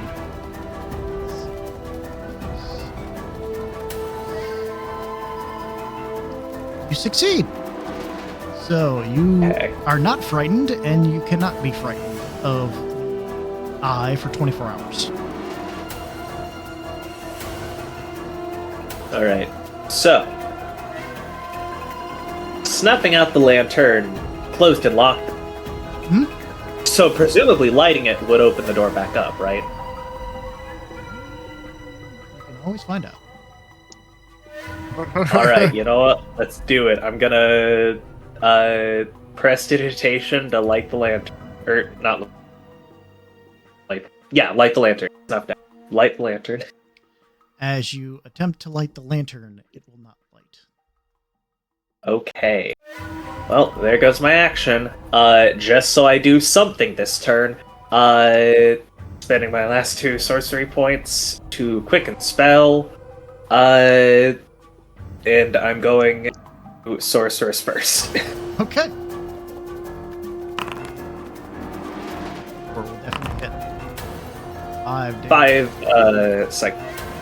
5 psychic? Okay. You feel your psychic energies not take hold quite as much as you. Okay, so psychic is not very effective.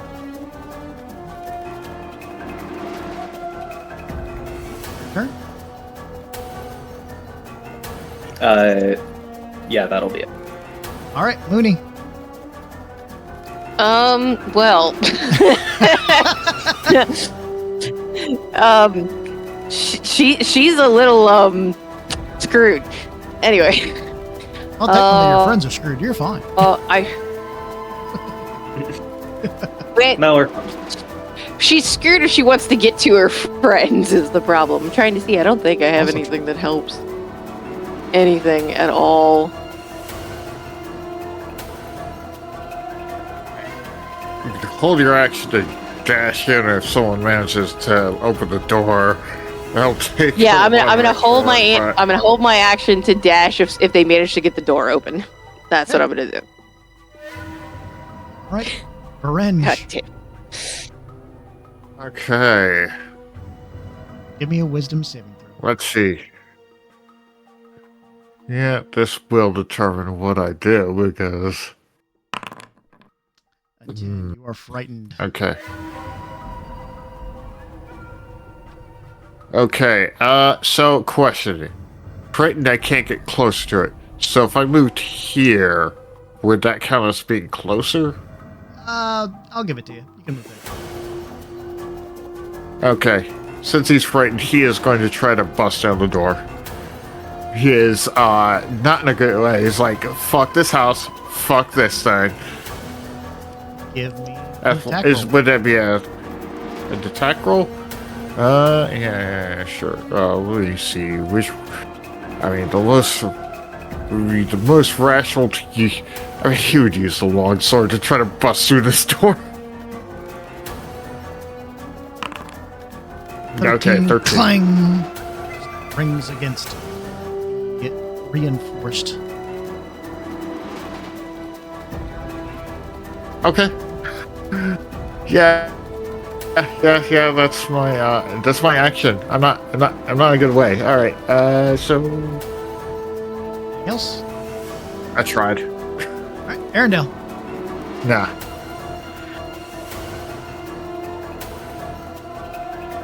Right. First off, I owe you a wisdom saving throw, yes? Yes. 15, you succeed and can no longer be frightened. Okay, safety sees at least 15. This is a large eyeball. I'm always afraid of my eyes being pierced by things. I wonder. 19 will hit. Who wrote the Book of Love? What's in a wonder ball? As you pierce this Yeah. arrow into this eyeball, it rolls around, making no sound because it has nothing to make sound with, but you do feel like that did more damage. And there it is. And then I'm gonna move into this corner.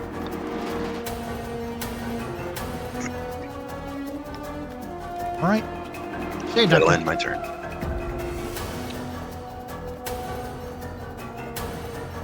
Does it look like I can get up and like get in melee with this thing? Well, let's find out. Give me a wisdom saving throw. I guess. Hey, this one should be a lot better. Yep. You succeed. And yes, it looks like you can run straight up to it.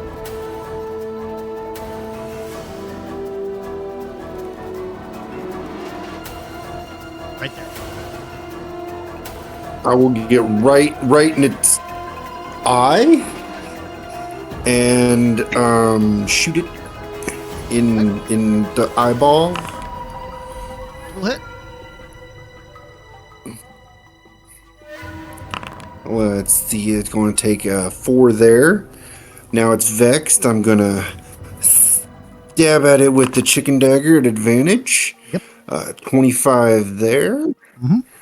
For a normal 5, and then the sneak for another 5, so a total of 10. Okay, you feel that all did quite a lot of damage as you pierce into this eye again and again. Because I believe all that is piercing damage. Yes, it is. Okay. Yeah. Yes, it is. Okay, that end your turn. And then that's it for me. Okay. It is looking at you very annoyed. It is going to, as a bonus action, do a petrifying gaze against you. So go ahead and give me a Constitution saving throw.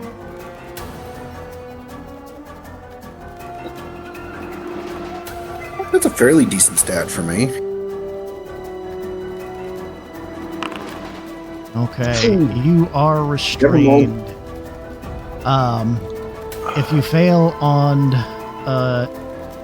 end of your next turn, you will be petrified. It is, as its action, it will make 3 eye beams. One at you, at you're in its face. These ranged attacks, or is this just... Are these considered beams? Okay, so these are considered... Yeah, these are attacks. So because you're in its face, these will be at disadvantage. So 1 at you at disadvantage. 12. 1 at Umbra at disadvantage. And 1 at Varenge at disadvantage. Miss, miss, and miss. Okay, that'll end its turn. Umbra, you're immune to the frightened effect. Well, this seems important. So, I'm going to bonus act. Use my last sorcery. And Sorceress Burst. 15 to hit. Will hit. Alright. 13 points of we know psychic wasn't great. Let's do fire. Alright. Fire seems to affect it normally as the eye sizzles. Alright.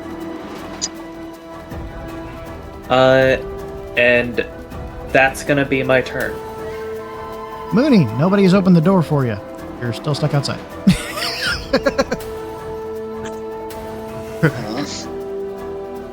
You can hear someone trying I'm going to take a random acorn out of my bag and start throwing it down the hall and see if the mimic will go fetch it. Yep, gladly go after it. Play fetch with it. Alright, I'm just going to play fetch with the mimic. I can't do anything else, so... Alright, Varenge. Okay. Alright. Let's see. Wisdom saving throw. Okay. Frightened. Dropping the silver longsword. And I'm gonna attack the door with my daggers. I want to get out. 14. Clinks against the door. Wait, I offhand with it. 10. Clink. Oh my god. You just can't seem to make any purchase on this door. Steel banding. This is pretty hilarious. I'm going to step out. Crossbow again. Okay.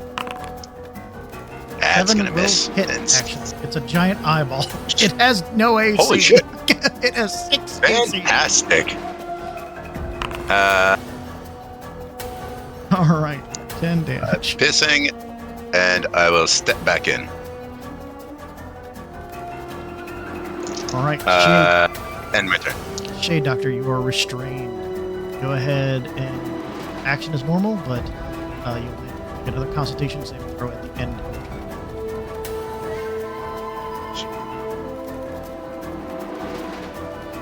Okay, I'm going to take steady aim since I can't move anyways, so that negates the disadvantage I have. So it's a straight roll. 14 will hit.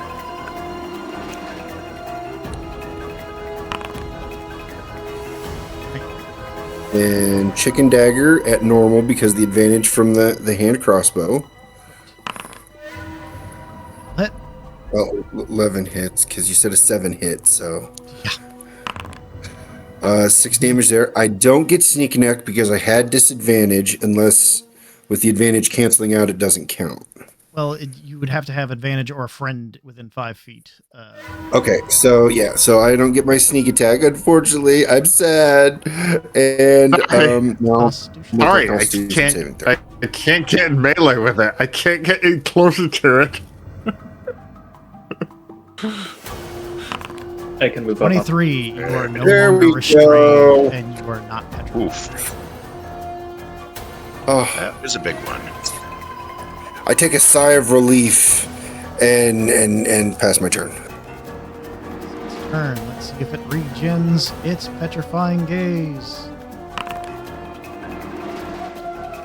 Fails to regen its petrifying gaze. Thank God. Right, as a bonus action, it is going to its maddening stare on Umbra. Charisma save. All right. Yep, you're good. All right, so Yeah, Umbra's just looking at this thing, just unfazed from like the frightened in this. Just 3 beams Deadpan stare. fly out once more at disadvantage. One for the doctor. 18 will hit. For 8 force That's a damage. disadvantage? Yep. Rolled a 12 and a 12. It has +6. Well, that eats into my temp hit points. I beam at Umbra at disadvantage. Oh. yeah, that'll hit. Yeah. 10 force damage, and then 1 at Revenge. Yeah. 12 misses. It's weird. I'm scared of this thing, but it can't hit me. Umbra. All right. Sorceress Burst. 16 will hit. 4 points of fire damage. And I will move up 15 feet to be next to it. That way, Shade Doctor can get sneak attack. I'm actually gonna be up here. Kevin brings you back in That my way I corner. have line of sight on people. Oh, Lord. Sorry. Hey, Kevin, do you think you could break this door down? Kind of looks at you. His eye just kind of droops. No, it's okay, buddy. Here, go get the acorn. And I toss it back down the hall. Fast turn. Is Mooney just like not it. able to force open the door? Are you kidding me? I like don't the- have. I like the fact that Moody's like just chilling with our dog. But Is the door made of wood? Marinch has Strength been is my banned dump from- stat, okay? Strength is my dump stat. What material is the door made out of? Wood and steel. Reinforced. Wood reinforced steel. Yeah. All right, I'm It- making my wisdom save. Oh, finally. All right. Let's see. When I designed this trap, it was Uh, either going to be really good or really bad because I knew I was going to get at least a couple of you in the room, and probably the rest of them were going to stay Okay. outside. Since I'm no longer panicked, like we've seen some of these doors, like, would it be reasonable for me to continue trying to break it down to get Moody so that Moody can join in, or would it be better? Or Do you not Would that still have a be- key?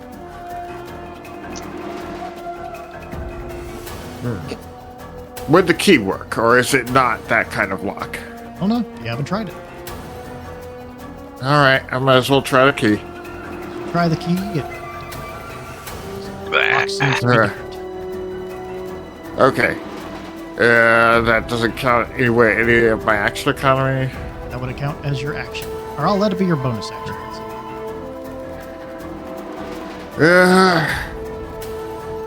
So I'm only wait for us to finish this off. I'm gonna move in here. I have had enough of this thing. I've had enough of my house. I'm done. Finished. Thunderwave. Alright, it makes a Constitution saving throw. Fails. Excellent, excellent, excellent. So, let's roll that damage. 9 thunder damage. Okay, takes it seemingly normally. The eye rolling Okay. around in the street. Sorry. Sorry, that'll be my turn. Sorry, but if he's calm, he's like, yeah, it's not gonna be easy to bring this Do guy I down. have a clear shot?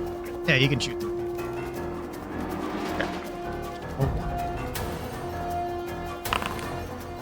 18 will hit just fine. Nice roll. Hurts more than it should. And That's it is it. eye coming out from various ports of the eye.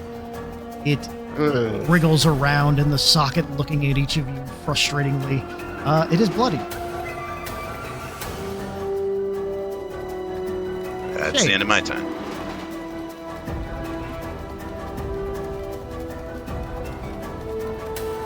Steady aim, crossbow, advantage. Will hit.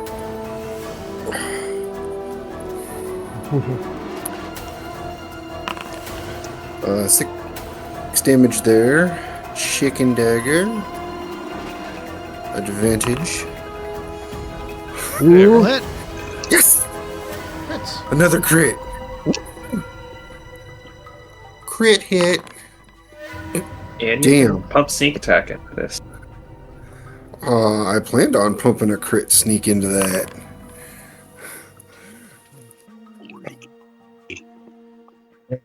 Mm-hmm. 48 damage. Damn. Unfortunately, again, due to the nature of this thing, it does not transform into a chicken. Sadly. You know, that's okay. Doing 48 damage in a turn is good enough for me. All right. It is its turn. Oh, good Recharges luck. its No. petrifying gaze. Yeah, it's gonna try to do it on the one that's doing the most damage. Shade Doctor, go ahead and give me a Constitution saving throw.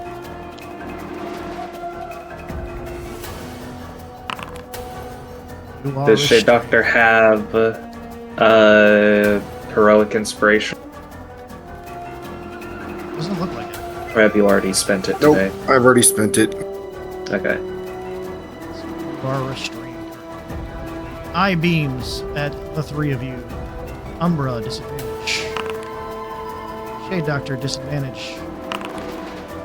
Wouldn't it be a straight roll at Shade Doctor because he's restrained? Oh, that's good. Well, yeah, I guess so, but I think it's 17 hits anyway. Yep. Oh, Yeah, 17 hits. okay, let's see. What if I used silvery barbs to force it to roll again?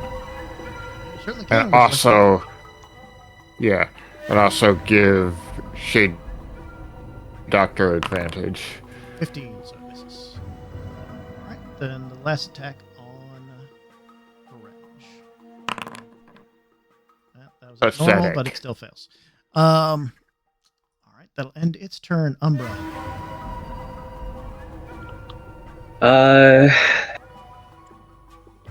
I'd like to hit a Sorcerer's Burst against it, but it's vulnerable to piercing. Alright.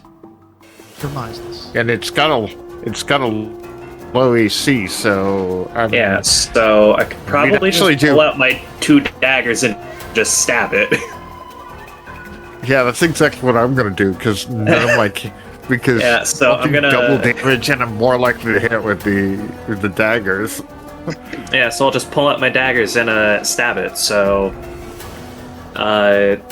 it wouldn't be at advantage. So, I'll hit. 4. 8. And then bonus action offhand.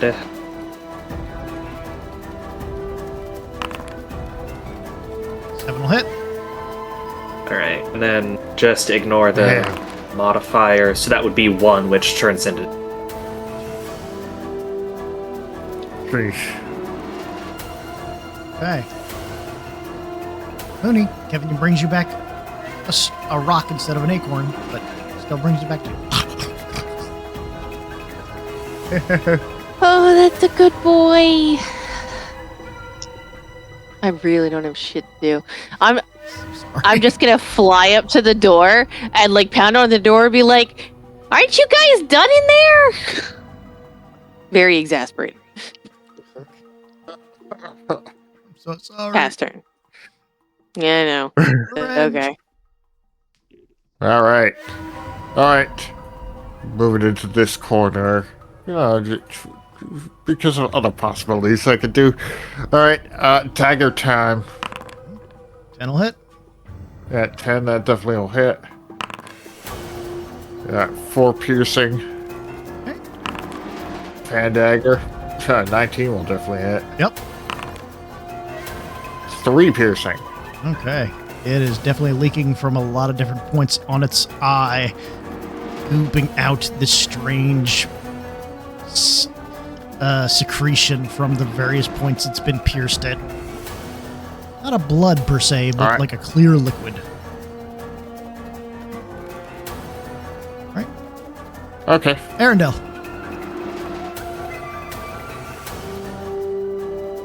Come on now. 22 will hit. Okay, with 9 damage, how would you like to kill this strange thing? I would like to.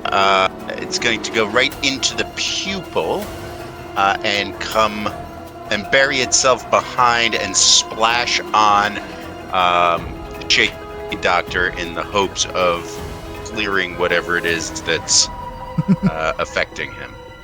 You see the arrow disappear into that black cavernous pupil as the room actually starts to shake a little bit.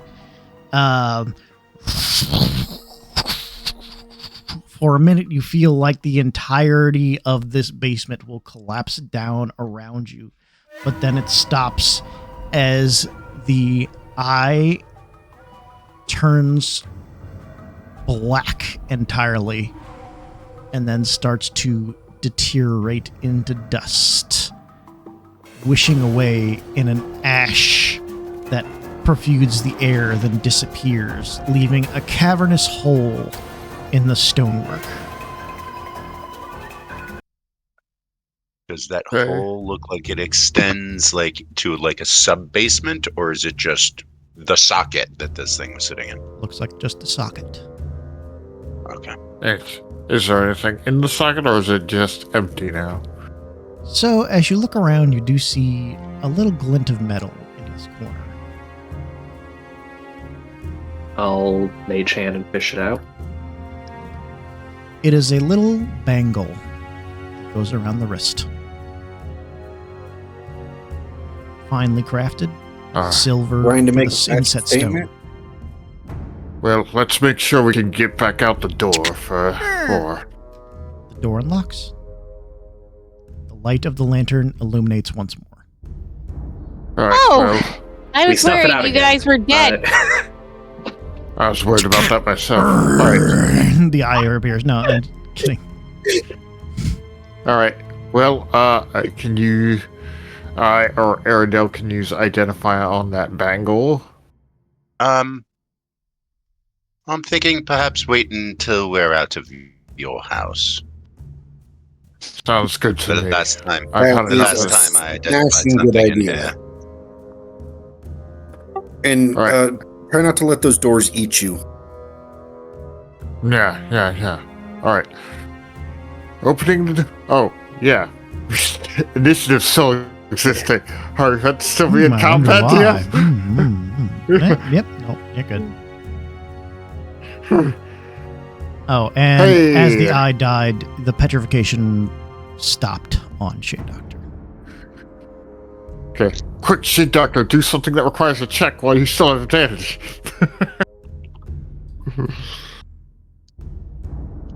Alright. So this room just has the stairway up to the carriage garage. Well, it seems like that's all. Good, let's get out of here. I'm in full agreement with you.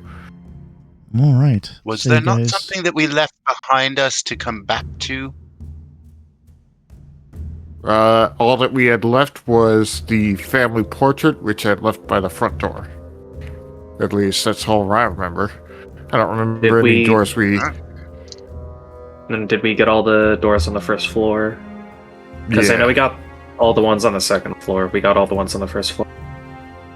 Yeah, we got... Okay. We As went you to the come whole... out of the carriage house, and you stand in the empty room, you notice that the stone has cracked and aged. The woodwork has become more rotten.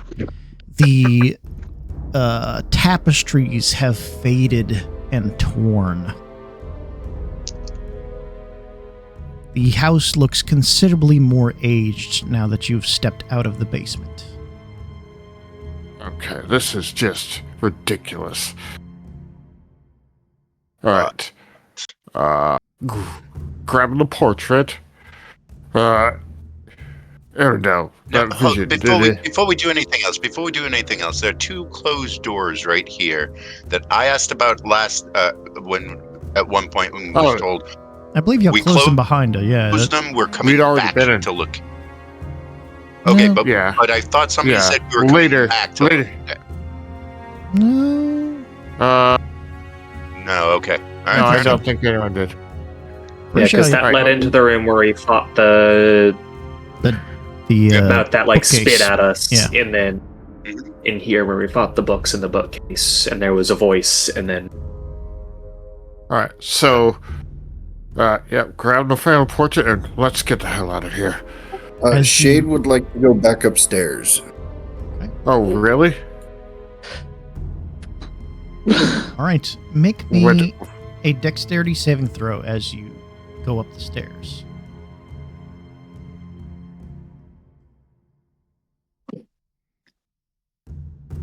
Oh no, there's Scooby-Doo trap on it. As you look to go upstairs, your foot goes through the now rotten wood, but you're able to pull your foot out just in time and grab onto the railing that is about to collapse too, but still sturdy enough to hold your weight before you fall through, and you're able to make it up the stairs. Looking for anything particular? It's only been I'll go 10 to the years. room- Going to the room that I locked with the That doll had the in it. doll in it. Okay. oh, yeah, that. Okay, so that would be this door here. Yeah, I'm definitely not part of this. Does the lock look rotten and whatnot, like it could break instead of me having to pick it? So the lock does look rusted. The door is a little more rotten, but it looks like it's still intact. In fact, it might be a little harder to pick with the rusted mechanisms. Yeah, fortunately, Let's because give of it a silvery shot. barbs, you still have it. Yeah, you have advantage because of silvery barbs. That lasts for a minute, I believe. So DM, I have advantage on this? Sure. Yeah. Yeah, with the 19, you're able to. It definitely grinds as you click it open, and the door opens up. I'm going to go in to the cabinet, open it up. Is the doll still in there? It is not. Is the holy like symbol thing that I had put on it in there? It is. I will grab that and then I will leave. Make me an insight check.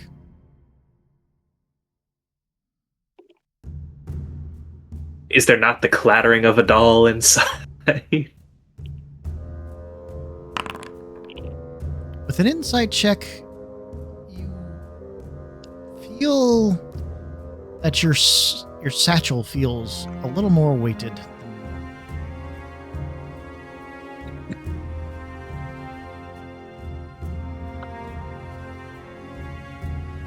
Just pat the side of it and go like, as long as you behave, you can come. And then just walk out and go back downstairs and head out the door with everybody else. By the way, the family portrait, it's still in good shape. It's not rotting with the rest of the house, is it? The frame itself has rotted away.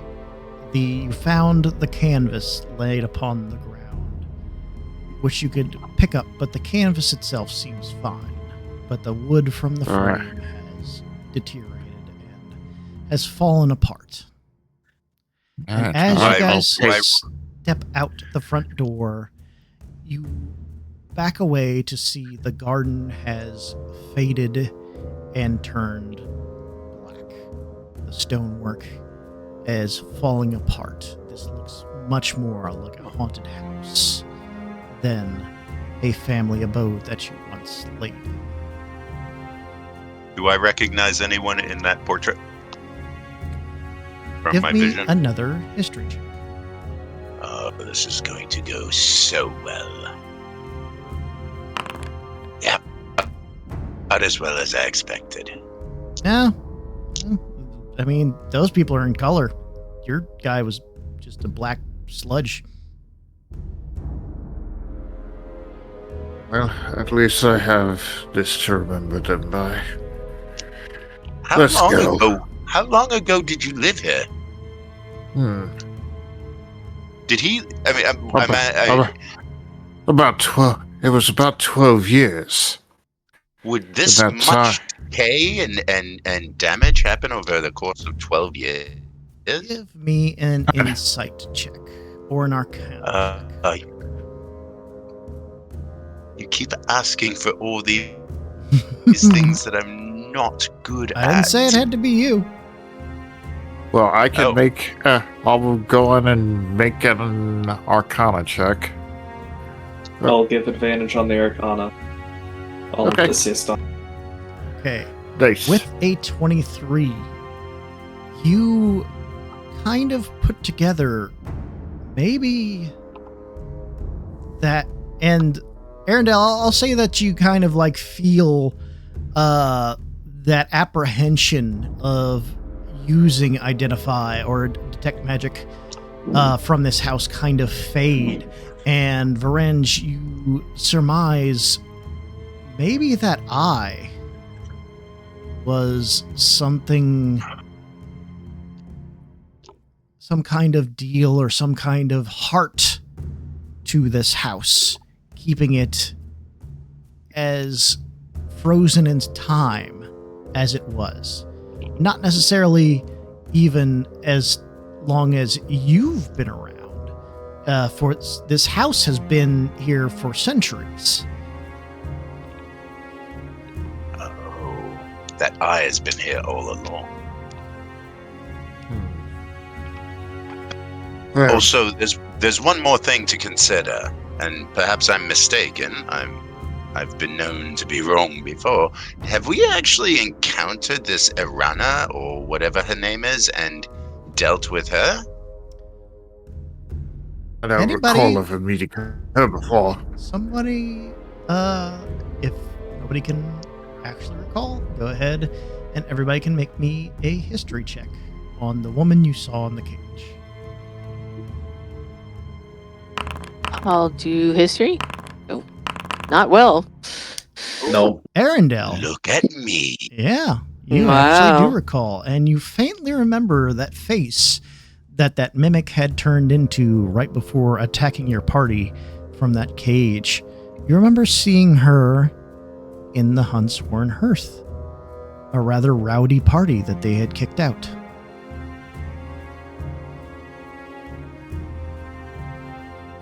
Yes. The one that was... We'll have to return to the hearth, but... Yeah, they were causing trouble, saying, oh, you'll want us to help you out. But I'd say right now, I want nothing more but to relax. The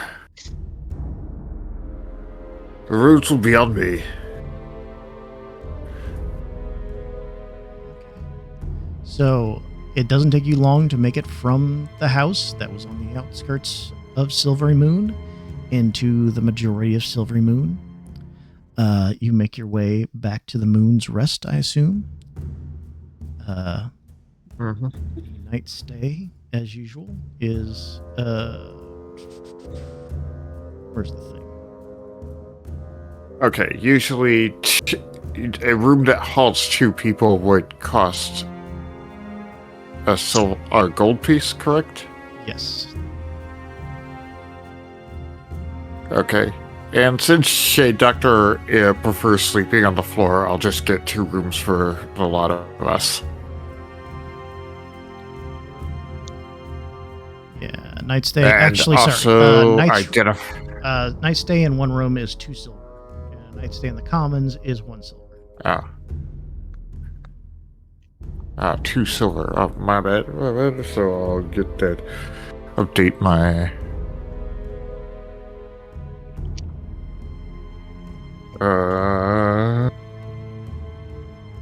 So yeah, 2... There is the more fanciful inn rooms that the rooms are 2 gold a piece. That is basically a magnificent mansion that you stay in. Okay, well, that was a little bit eerie because the unscenes are the swords that were wearing weird masks. Anyways, also identify on the bangle. Okay, so you find that the bangle is a bangle of absorption. The silver bangle has a black gem in the middle of it that changes color when an element affects it. As a reaction, the user can use a reaction to... That's a little redundant, but as a reaction, the user can gain resistance from a cold, fire, thunder, lightning, necrotic force, or acid damage roll. After that reaction, the user can spend an action within the next 10 minutes to expel the energy absorbed in the bangle. The force expelled in a 10-foot emanation from the user. Creatures within that space must make a DC 12 dexterity saving throw or be dealt 2d6 damage of the element stored, or half of a successful one. The user automatically takes half of that damage as well. The reaction to absorb cannot be used while energy is currently stored in the bangle, and after 10 minutes, the energy dissipates. Okay, I don't think myself or Arundel should have that because we already have useful spells and effects that we can use our reaction for.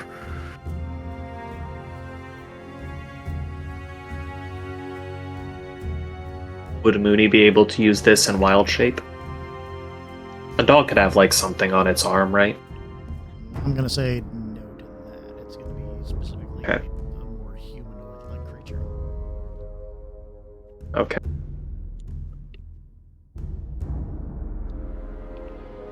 Well, in this needs attunement anyway. Yeah. Is there anyone who would... I could take it, because I have an attunement slot open. That's because you have. Would Shade Doctor want this? Cloak yet. Well, even after that, I would still have 1 slot open. Because that would only be 2. Oh, 1 of 3. Okay, never mind. I'm only attuned to the Tyrant's. I thought it was like you only had 1 left of. Yeah. It's 1 of 3. No. I did think this would be good for Umbra, but I wasn't sure how many items you were attuned to.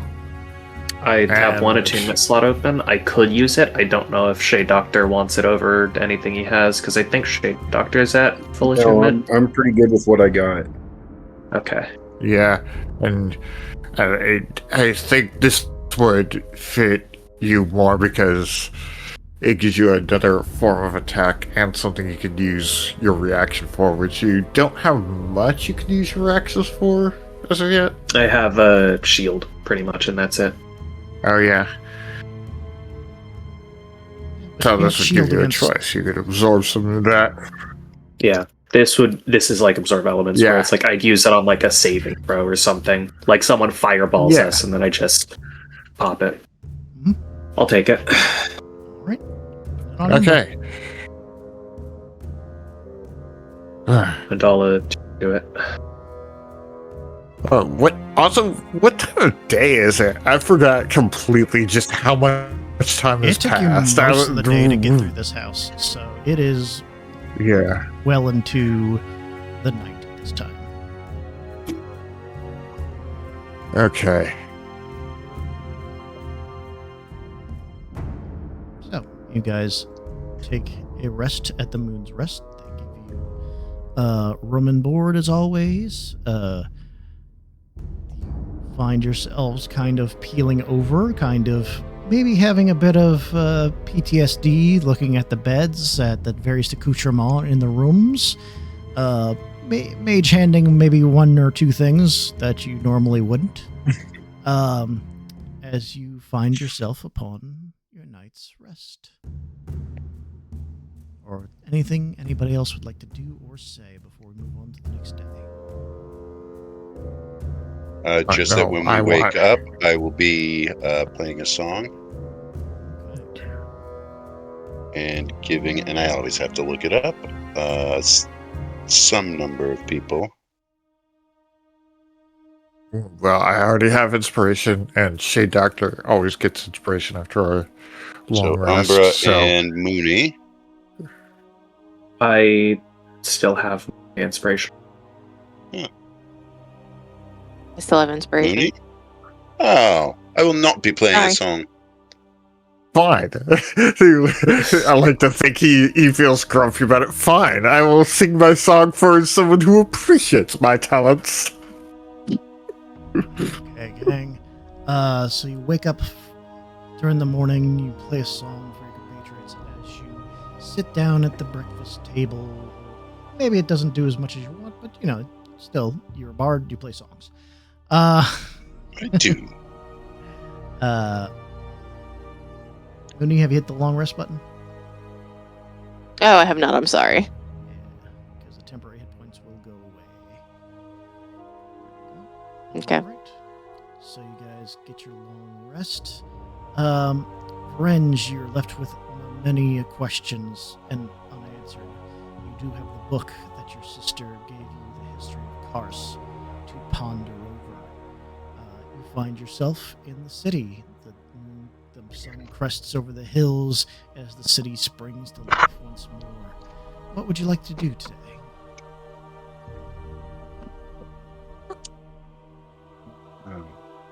Well, think that I need to stock up to get some ink to copy down some of the spell scrolls I have. Let's see what I get. Let's see. Let's see, what levels are these spells anyway? Are these a suggestion? Arcane Lock and Bestow Curse level 3 spells? I will take a look. Yeah, you're able to copy down higher level spells into your book, you just can't cast them yet. Yeah. Well, I'm gonna look. DM. Mm-hmm. The face that I remembered that was on the elf that we battled in the room with the cages. I have written down many pages ago in my notes, Almaster, an adventuring group that was demanding 500 gold per week from the tavern. Correct. And is that the group? Okay.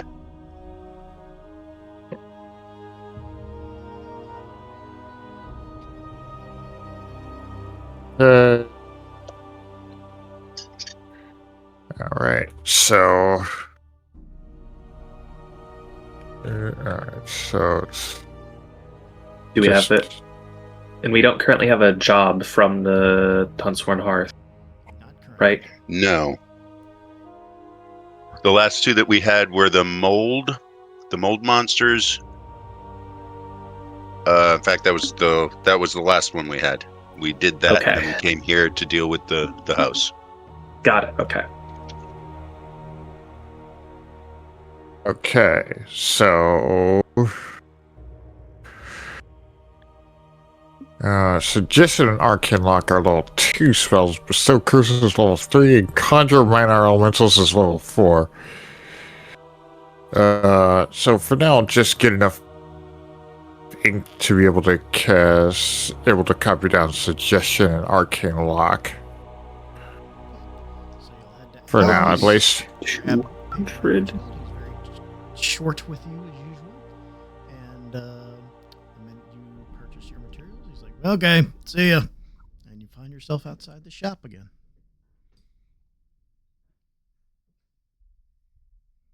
Yep. All right. Any other shops or things you would like to do? All right. Well, before we deal with that, let's deal with the money in the party loot. Okay,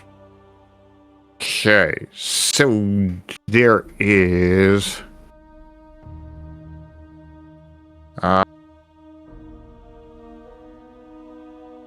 a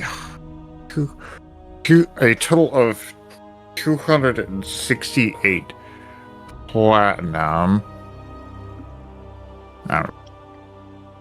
So let's see, divide that amongst 5 people.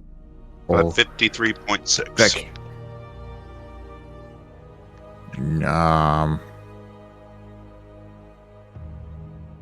53.6. That's not really very well distributed.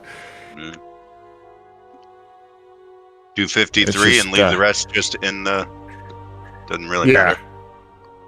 Yeah, 53 to each of us, and that leaves like 3 platinum pieces in the party loot. 53 or 253? 53 platinum. Okay, 53 platinum. Okay. Yeah. I'm writing it as platinum because the coins have weight. I have not noticed until we started collecting a lot of coins, so you might want to go with platinum when you can. So, anything else you guys might want to buy? I'd have to swap out something I'm attuned to. I could get the Magi's stick from Al's. Spend both an action and bonus action to double a cantrip's damage or range. I just need to not miss. Mm-hmm. That's pretty good. That is pretty good. What would I get rid of? Either the cloak or the bank.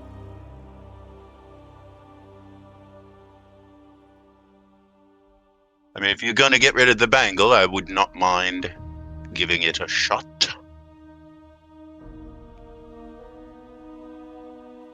Sorry, how much platinum did we get? 53. 53. 53 each.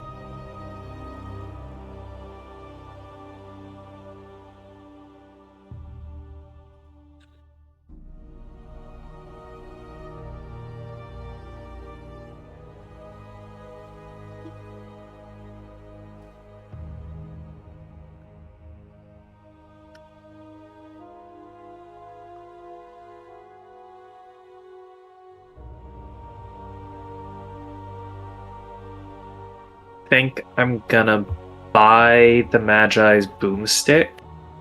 Okay. And give Arendelle the bangle. Al's shop also currently does not have the things I can to actually give the buying thing. I think I need to show players.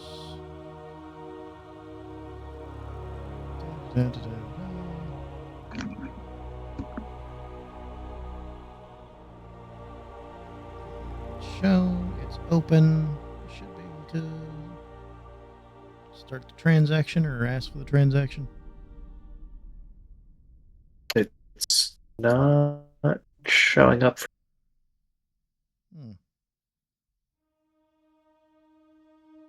Okay. You wanted to buy the Magi's boomstick? Yeah, Magi's boomstick. I'll go ahead and just deduct it from my money. So I'd be left with 2 platinum.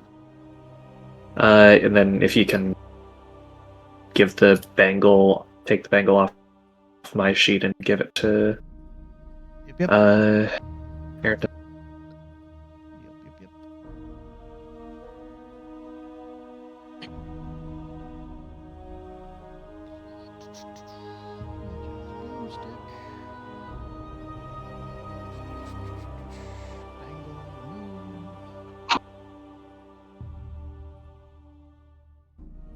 And then Arendelle, you were the proud presentation of a fancy new bangle. Nice.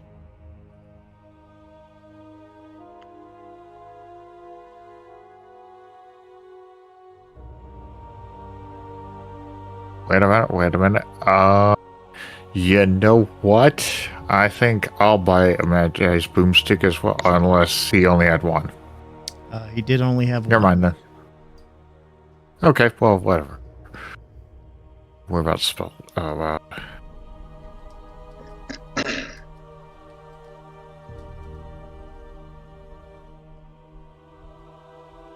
All right, so you managed to get the Magi's boomstick. Leave the. If there's anything else that's different in the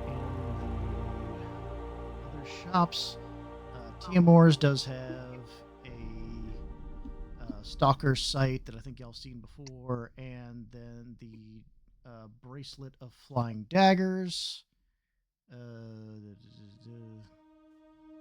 Where did that go? Did it actually? You know what?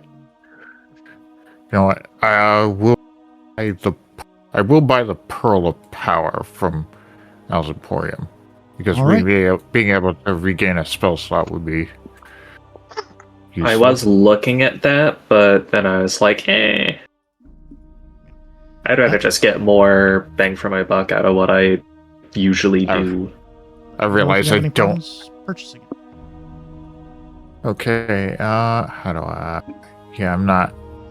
It's not allowing me to do. How do I? Okay, let me try to. Get to. Okay, Pearl of Power. Come on, really. It's not letting me do anything.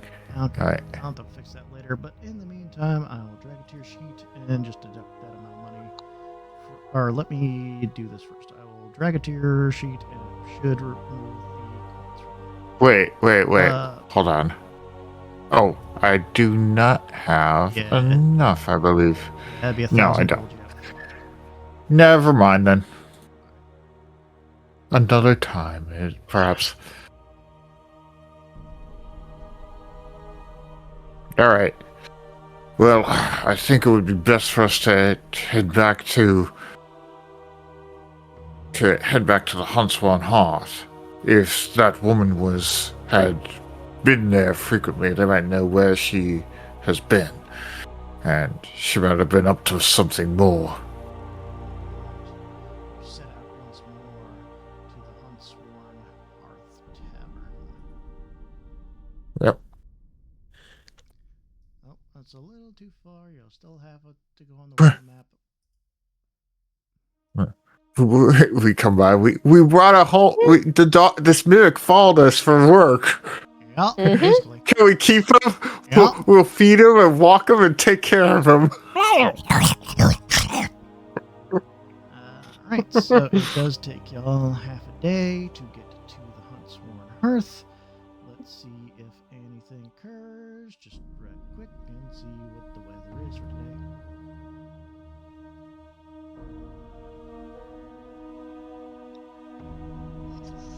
Encounters. There's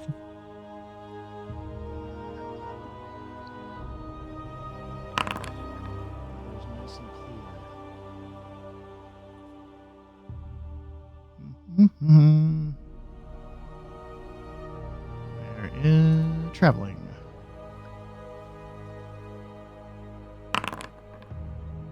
Nice and clear on the road as y'all make your way back to the tavern with no issue. Though, as you come upon the tavern, you notice some strange things have occurred. There appears to be strange green glows coming from inside the windows as you come upon the tavern itself. Everyone be ready. Floating skulls with green flame float across the windows and through the tavern. Okay, what kind of check would it be to identify these things? Give me an arcane. Anyone or just friend? Can be anyone.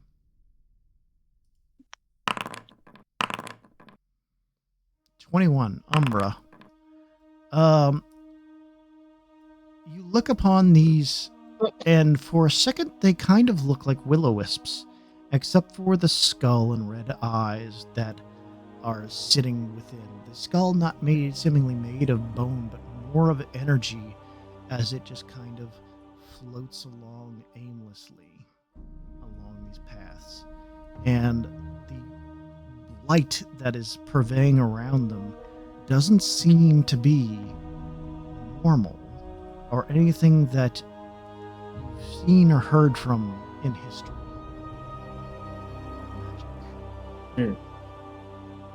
Alright, casting false light. If I second Big- level myself.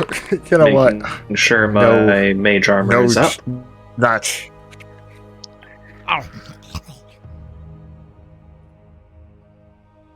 Alright, you stay right here. Alright, everyone be ready. These might be hostile. Alright. If everyone's ready, I will open the door. Okay. You open the door, and you see them just aimlessly drift through the space.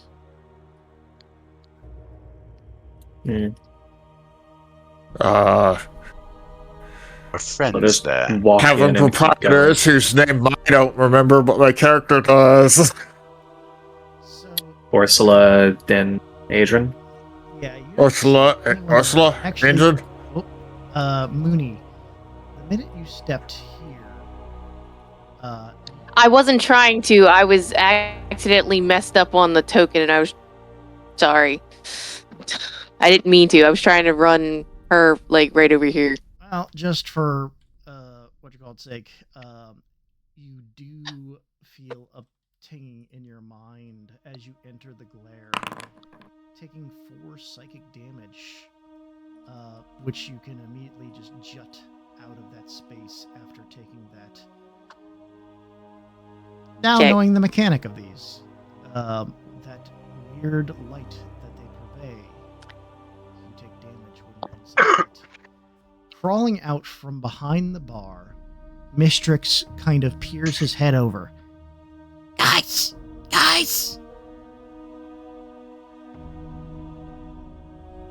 Yes. Can you, get rid of those things? They're creepy!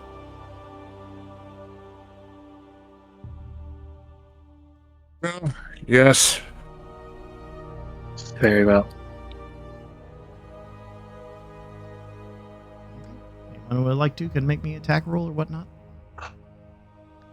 Yeah, I'm Right, gonna sorceress burst with the with the boost. Okay. I'm gonna mind sliver. And I'm gonna mind sliver this Umbra, which this one are you one right attacking? here.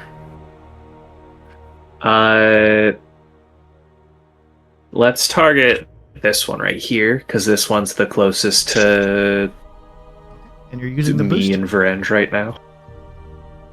I'll hold off on using the boost for right now because I don't have innate sorcery up to have advantage, so I'm gonna hold off on using the boost. Go ahead and make me the attack roll. 14 hits. 14. Roll me damage. Alright, that will be. You know, I should have used it. This would have been a really good hit. And then the mind sliver goes off. It fails. Roll me damage. Oh, yeah. 3. Okay. 3-second damage, and any saving throw it makes after this one to minus 1d4. Okay. As it takes the damage, it lurches towards you. Not in a fast manner, but slowly. And you take 1d6 psychic.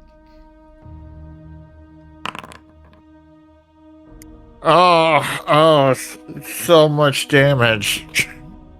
I hit it with a vicious mockery.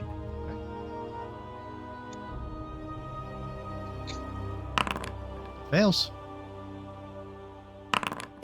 5. Okay. It takes 5 damage. And- Makes its way towards Oh. Can I move? you. Yes, you can. I'm going to move over to here. I'm going to get off the measuring tool. I'm going to move over to here and out the door. Okay. Anybody else like to do something? Well, since I'm already in the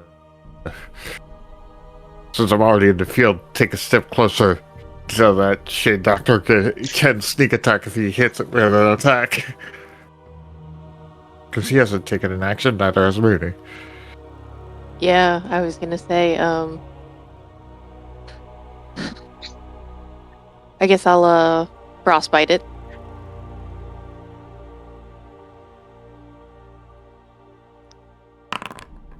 It succeeds. Oh dang. Shade Doctor. Minus D4. Oh, minus D4. Yeah. Okay. It does fail. Give me the damage. Yay! So 4 cold damage, disadvantage on the next weapon attack roll. As the cold seeps into it, you see it disperse. Sweet. Oh, thank God! Kevin crawls over the bar. What were those things? I don't know. Guys, these things are bad. We need your help. Yes, What has what happened? happened? Adrian was supposed to come back through the portal from the Feywild, and something went wrong. So Orsla went to try and fix it, and then something went wrong with Orsla. So Buddy left, and none of 3 of them have come back yet. And then those things started showing up. Okay, alright.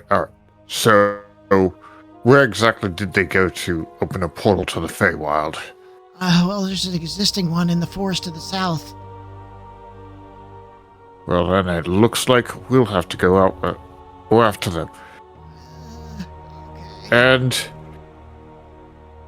Mistrix, do you want to come with us? It might be safer if you're with us. I would love to, but I'm not allowed to go near the portal. Oh, Yeah, remember he can't come to the Feywild with us. He's banned. Yeah, there's true. a special tree, But, and I can't get near it. I literally cannot get close to it.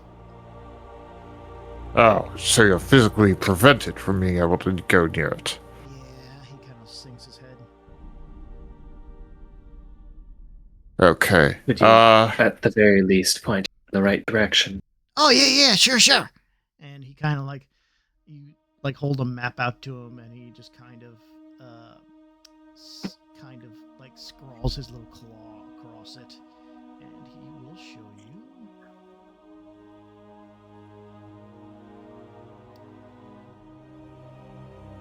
The Feywild portal is here, Oh, right on the edge of the Silverymoon. God. wow. The Evermoors. What should we leave Kevin with Mixtra so he's not alone? Because He's probably been alone for a little while. Probably. All right, Kevin, this is Mistrix. He's a friend. Keep him company. Don't worry, Don't eat don't worry, he's harmless. Is that a mimic? Oh, that's kind of cool. He's a little-looking mimic. Kevin kind of like Yes. just flies over and sits on its head. Ah, I'm not even sticking to him. Look at that. You ever stick a mimic to somebody's butt? It's funny. If you do that to me, you're dead to me. Oh, somebody's got issues. I've had enough mimics to last a lifetime. Oh, All right, we well, should that's get a going. weird story. Okay, Unless, or should we spend a night so we can get out in the crack of dawn? Because it's like evening right now, isn't it? It is the afternoon. So it is going to take you So, a little bit of time to get there. It's going to Yeah, I take think we 2 should. days to get there. yeah, I think we should get started right away, unless anyone objects. Well, there's nothing else for us to be doing, correct? Indeed. All right. Yeah. Arendelle, Mooney, any objections? No, No. it's fine. Doctor? By the way, I'm here. before we go, Miss Hold off, Strix, Reg. One if we do end up go, One second. oh, Shea sorry. Doctor, what'd you say? No objection here. Okay. Now you can say. Okay, and before we go, is there anything important we should know before going to the Feywild, Miss Strix? I didn't say you'd be going to the. I'd have to go to the. No. Don't piss off Titania. That much is Well, apparent. And that portal will put you kind of in a random place in the Feywild. Should be in the Summer Courts area. Small chance it might dump you in the Winter Court. If that's bad, run toward the Summer Court. Okay. Thank you. Uh-huh. We should be And, back in.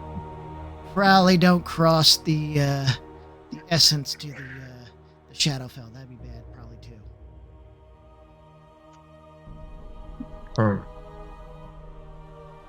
Okay.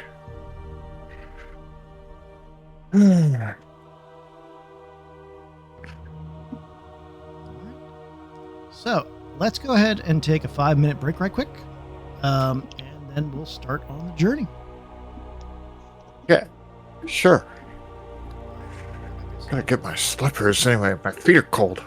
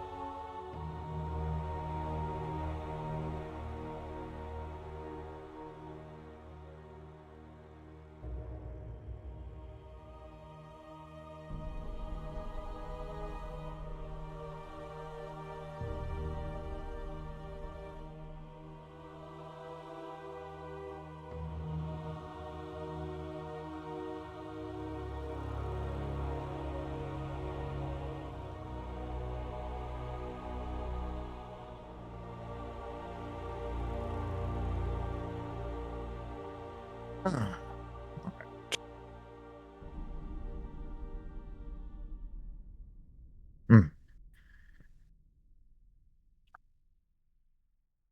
Huh.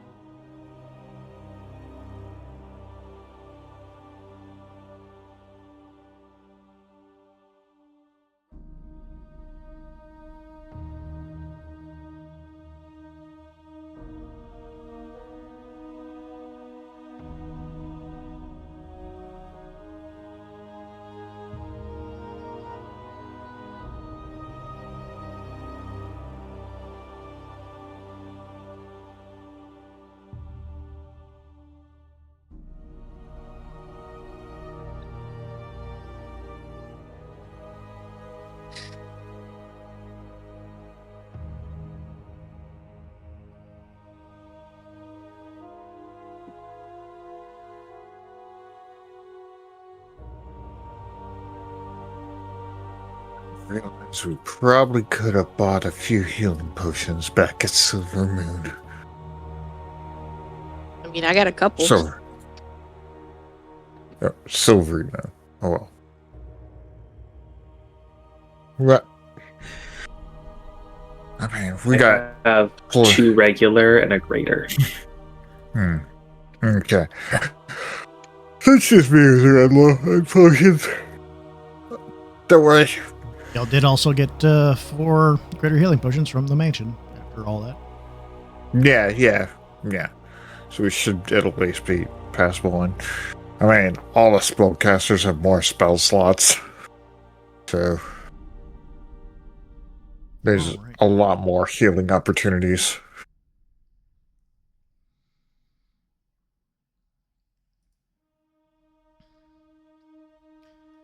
All right. We're about 5 minutes. Is everybody back? Shade Doctor, you good?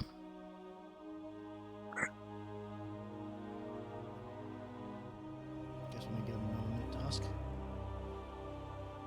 Yeah.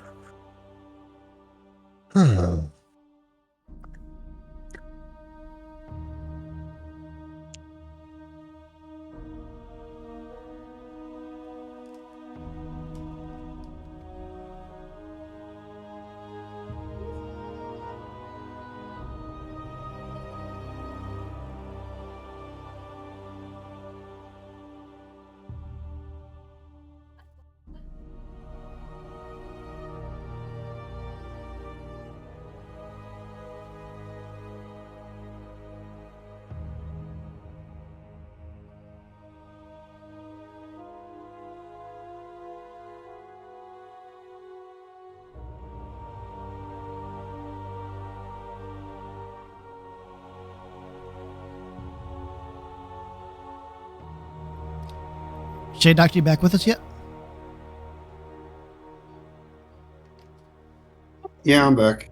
All right. Should be everybody. All right. So you set off on your journey toward the Feywild portal through familiar lands, able to make a little bit of distance on your first day of travel, heading toward this mysterious Feywild portal set in the forest south of Silverymoon. On your first day, let's see what the weather is like and if you run into anything.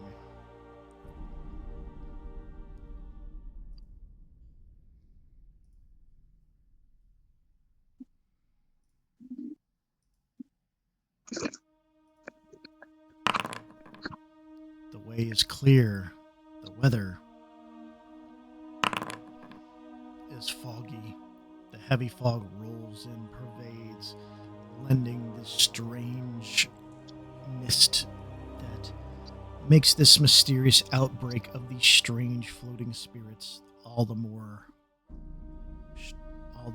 concerning as you bed down for the night. Who would like to take the first watch? I will. Shade'll help. go ahead and give me perception checks. Okie dokie. Yeah, there we go. Perception.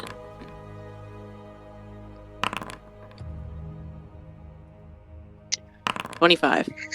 Alright. You peer into the darkness of the night, not able to see much in the surrounding fog, though the sounds of the forest start to set in as you get upon its edge. Nothing comes about it. Second watch, please. Take second watch.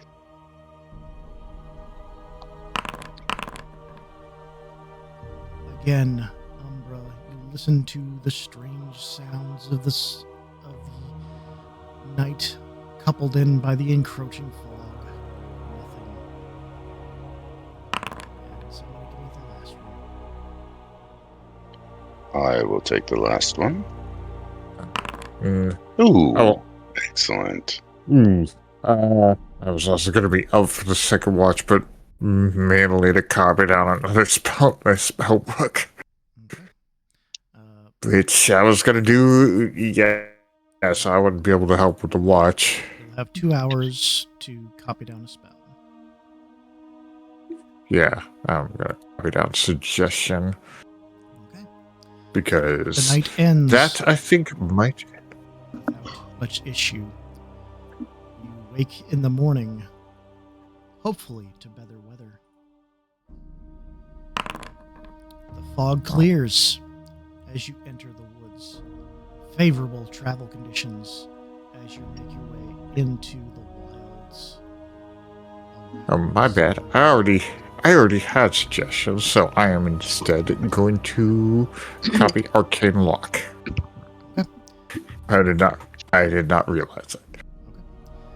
Alright, so you make your way traveling. Let's do the first roll for the day. Luck is on your side. Clear, and nothing comes after you in the woods. As you make your way, you should be coming upon the portal soon. The woods seem to crawl around you. The trees getting more and more dense.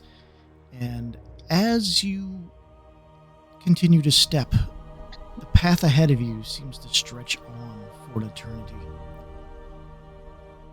Your vision goes a little blurry. The area around seems to warp and shift uncontrollably. The trees becoming elastic and moving in a rhythmic fashion as you all fade from reality.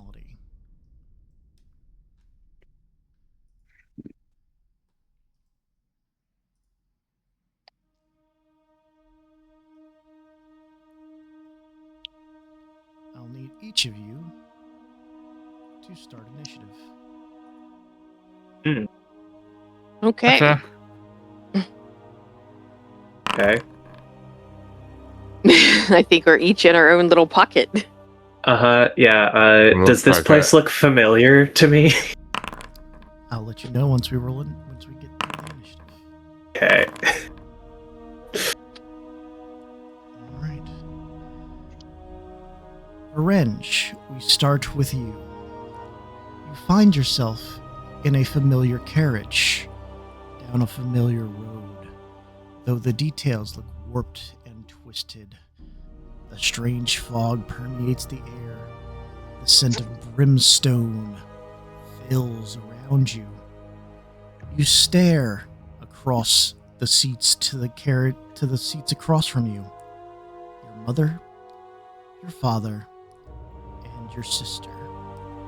Though your mother and your sister are made of stone, only your father pervades out to you, a wicked grin across his face, horns curved in an angle you have seen like it's extended past, his features stretched out, and his eyes ablaze.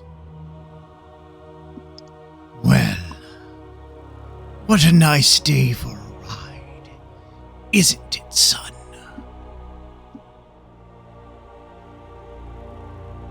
Father,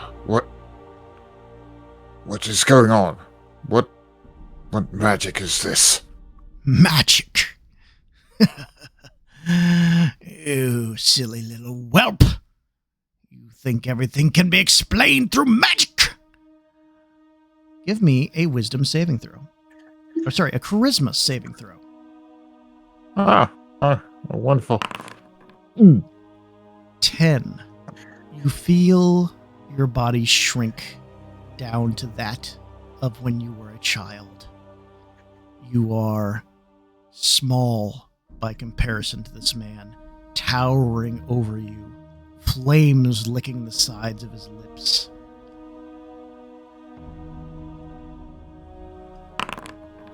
You take 1 psychic damage.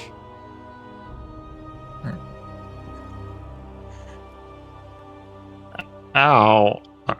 Right. Didn't reduce. Okay. There we go.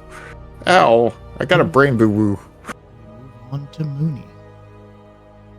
Mooney, you Yes. find yourself alone in a sea of bones surrounding you.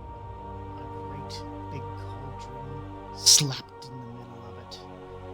The bones range in size from adult to child as 2 very crawled over ladies, their backs hunched, their features distended, their eyes white and red, staring over the pot toward you.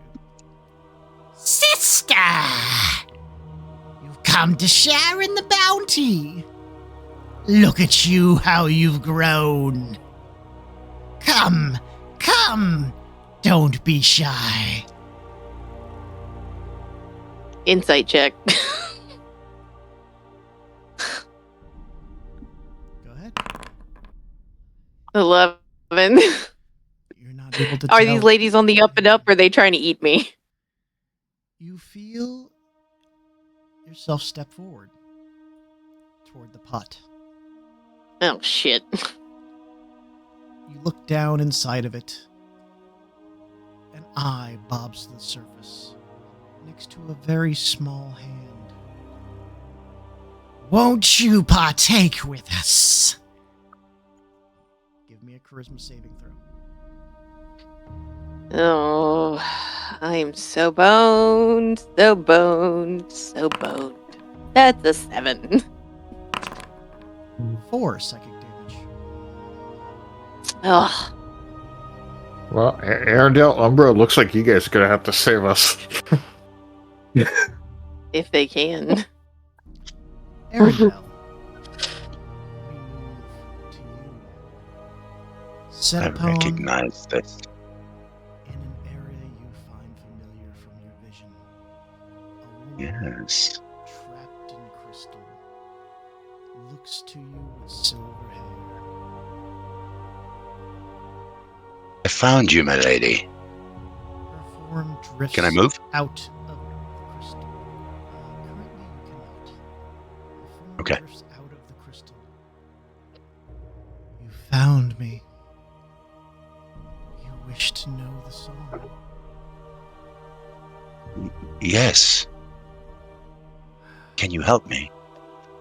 Of course. You are chosen after all. She takes out an instrument formed of silvery energy. And as she plays it, you feel your ears pop. She starts to play. You can't hear it. Your ears have failed. Give me a charisma saving throw.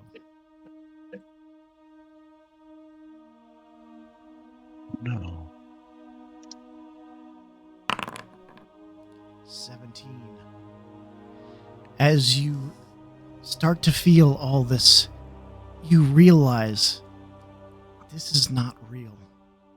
This is some form of maddening illusion that you've been sucked into. and you can see past it. Through it, you see your friends, each trapped in their own making of hell. Who would you like to go and assist?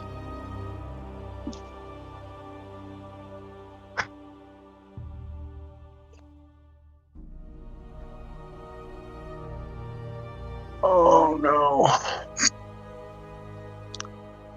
Mooney. You feel yourself shunt from the dimension you were pocketed in, across a unfathomable distance, finding yourself on the edge of a field of bone. We move on to Umbra. Umbra, you find yourself in this familiar field, sitting on a throne, drinking tea, as suddenly your arm starts to shake, and then starts to harden. Where it was once the plasmoid flesh becomes pale and a realized arm. Your body extends. The image, watch as your hands become fingers, your feet become toes, your torso turns into a full female form, and your vision fades. You see yourself not from your own perspective now, but from the perspective of this mirror. And as you go to step toward it, you realize that the image staring back at you is the image of the person that called us. Well, it took a little longer than expected, but I think we're fine now. You try to speak, but your mouth does not open. Give me a charisma saving throw.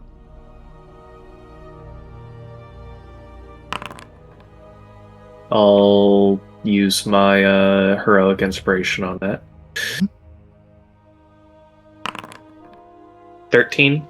13, unfortunately, is insufficient. 2 psychic damage. Right. Shade. You find yourself Yes. on a familiar street. After a battle that you decided not to take part in. Smoke and bodies lie the cobblestone.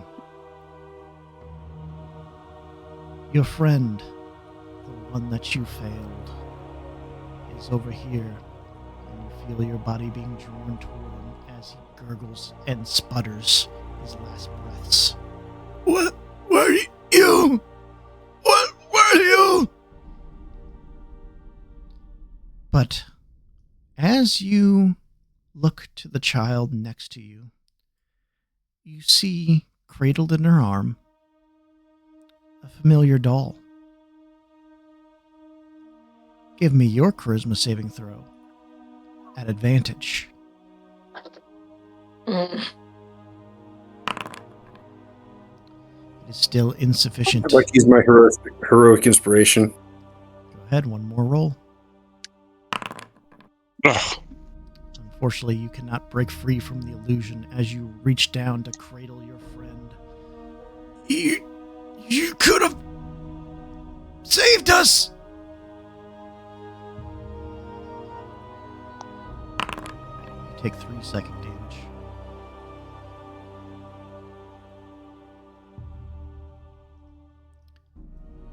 Renge.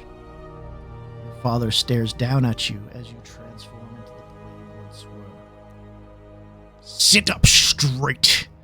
What have I taught you? Look at you. What you've become. Nothing but a common whelp.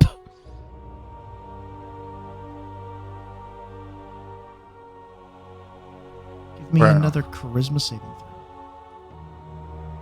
throw. Okay.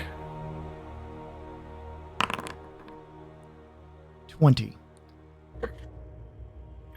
You realize that this is all an illusion. You're able to speak your mind to your father.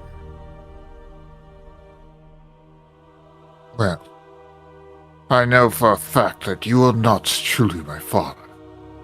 He was always kind to me and my sister. But know this. Know this. I will avenge my father's death. I will find who are responsible, and I will make them pay. Not that you care, whatever you are. I have more important things to do than deal with you. So I can go and help one of my friends. You're able to see. Okay. Each of them I will touch. go to Shade Doctor.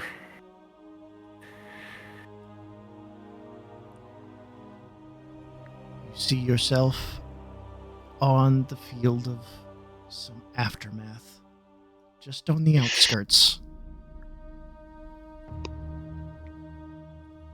Mooney. Mm-hmm. Come, drink. You'll be stronger. You'll feel much better after having some. You're one of us, after all. Arendelle, what kind of... While you don't see... Mooney, while you don't see Arendelle, you can hear his voice. Arendelle, what kind of aid would you like to offer Mooney?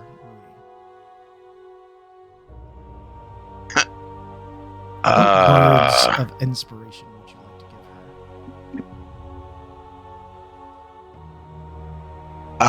her? I arrived here and have absolutely no idea what any of this means. You only know that it is an illusion, that it's preying upon your psyches, that you were able to break free. Can I cast a spell and give her some words? For the sake of this, it is going to be just thematically, you are giving her inspiration to give her pluses to get her out of this. Got it. I'm going to, I recognizing that this is an illusion, I'm going to say, Mooney, this is not real. It's all an illusion. And I will cast minor illusion in front of her of the cauldron being empty. So, as you go to cast your spells, you realize that you're unable to fathom anything, but the words do reach Mooney, even though she cannot see you. Mooney, give me your charisma saving throw. This will be with pluses. Okay. Charisma saving throw, 17. Okay. You would have received a +2 for Arendelle being here, but you made the DC. As you look into the pot, you can see through it. You can see that this is nothing more than an illusion. The child's form that floats within it, just dust and mirrors. You can see past it to the others that are trapped within. Umbra trapped in his pocket, and Shade Doctor trapped in theirs. Who would you like to go and assist? Umbra. You shunt over to the field within a clearing of strange, otherworldly flowers. A strange lady staring at Umbra in the mirror. Umbra's visage in the mirror, and the strange lady standing outside of it. Arendelle, you have successfully assisted Mooney in breaking from the illusion. Who would you like to go help next?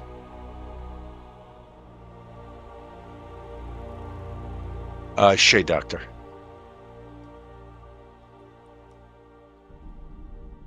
You find yourself among the same body-littered streets.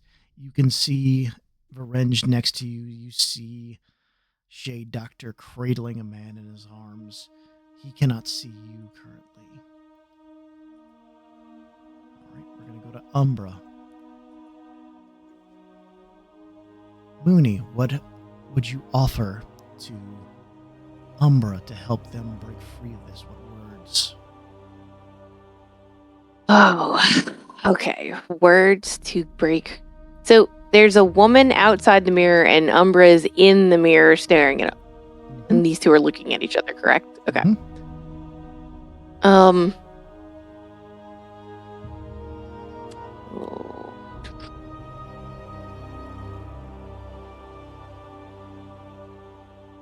Can I?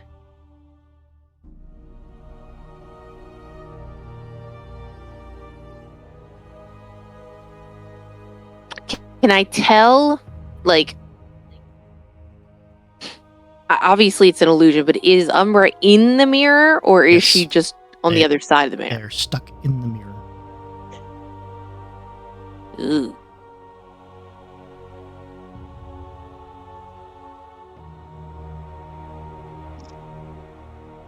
Okay, I am going to holler at Umbra. Umbra, come on, we need to get out of here. We gotta go. Let's go. And I will throw Frostbite on the woman in front of her. As you try to cast a spell, unfortunately, you're unable to cast anything, but your words do reach Umbra's ears. Umbra, the lady, is smiling at you in the mirror, adjusting parts of herself like you're not even there, looking at her fears. I'll have so much fun in this body, my dear. You don't even know. Go ahead and give me your charisma saving throw, and you will have bonuses added on. Okay. Bonus is not advantage. Okay. Correct. 13. With the bonuses Mooney gave you, you're able to break free and actually talk. You're not in a mirror. This is all just an illusion. You're able to speak your mind.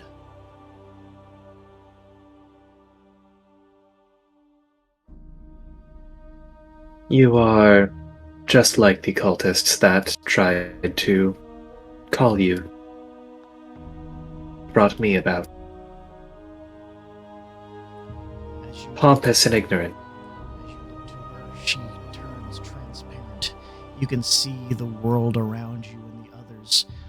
There's just one left. I will shunt all of you to Shade Doctor. Not her. Come back here. Nope, stop. Oh, hello. Mooney. She's come to help as well. Mm-hmm. She's decided she's no longer evil. Right. Shade. Your friend takes his dying breath in your arms once more.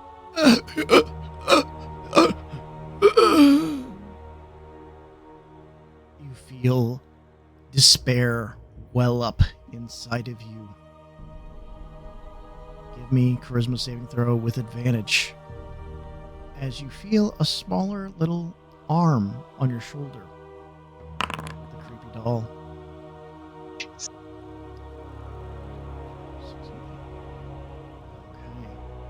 Unfortunately, it is all too real. It is burning up inside of you, tearing at your mind. You take 3 additional damage as it continues to wear on you. Give me another charisma saving throw at advantage. 2, 4, 6, 8.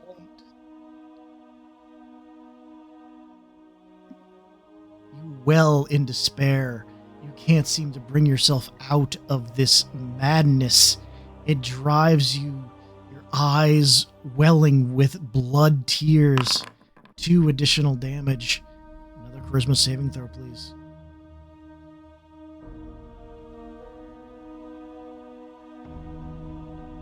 That would give him bonuses. Still at advantage. Yes.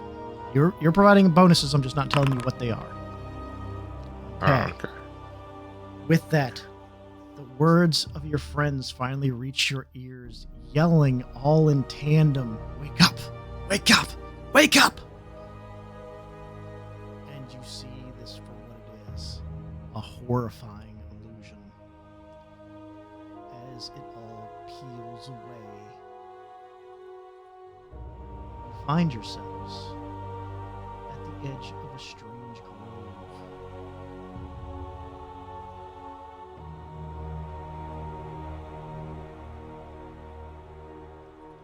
Encounter.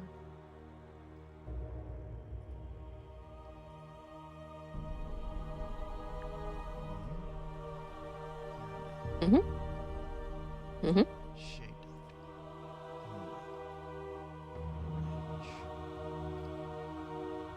A strange mist pervades the area, a twisted and gnarled tree in the center, with the head of a deer stuck in the middle of it.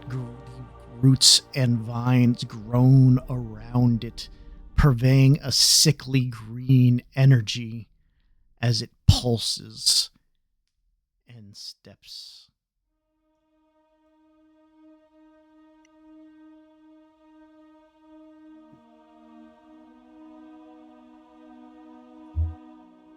I don't know about the rest of you, but I don't feel like talking about what was going on there.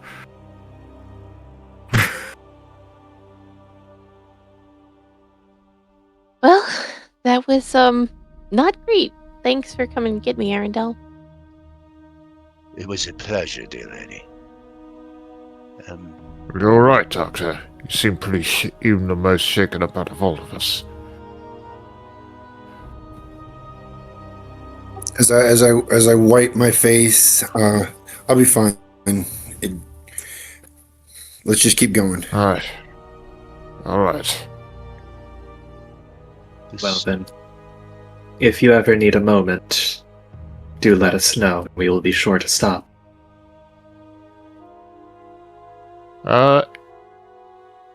Bubboard, how warm is it? How warm is it? Yeah, because I think we might be in the Feywild, and depending on the temperature, I would know. It would hint whether or not we're in the summer court. The temperature has not changed since you left the area. Okay. So what Does kind of this- check to try to identify what's going on here? As you come closer to the tree, the skull that is embedded within, green flames ignite within the eyes as a visage steps forth. Oh, Antlers of ghostly hands form from the skull, as stepping out from the tree is this gnarled and strange body of a deer. The hands alight with green sickly glows as this creature stands before you.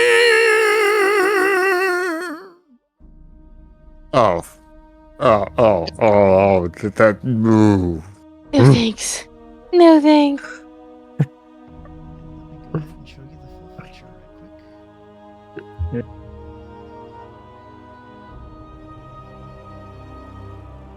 Yeah. Yeah, because we're not scared enough. You know, we just got to see. Oh, good lord, this looks like. Yeah. This- No. I love the design so much. So good. And we're going to call this here because this is a fairly in-depth boss fight. Sorry that we're ending just okay. a teensy bit early, but I feel that it's prudent at this time. I hope you guys Yeah, that was, enjoyed your trials through the Mimic Manor and the puzzles within, and the strange little out-of-body experience you all had. How y'all feeling, gang? I know that was a little bit much. that was great. I loved it personally. It's good. Yeah, it's definitely something different.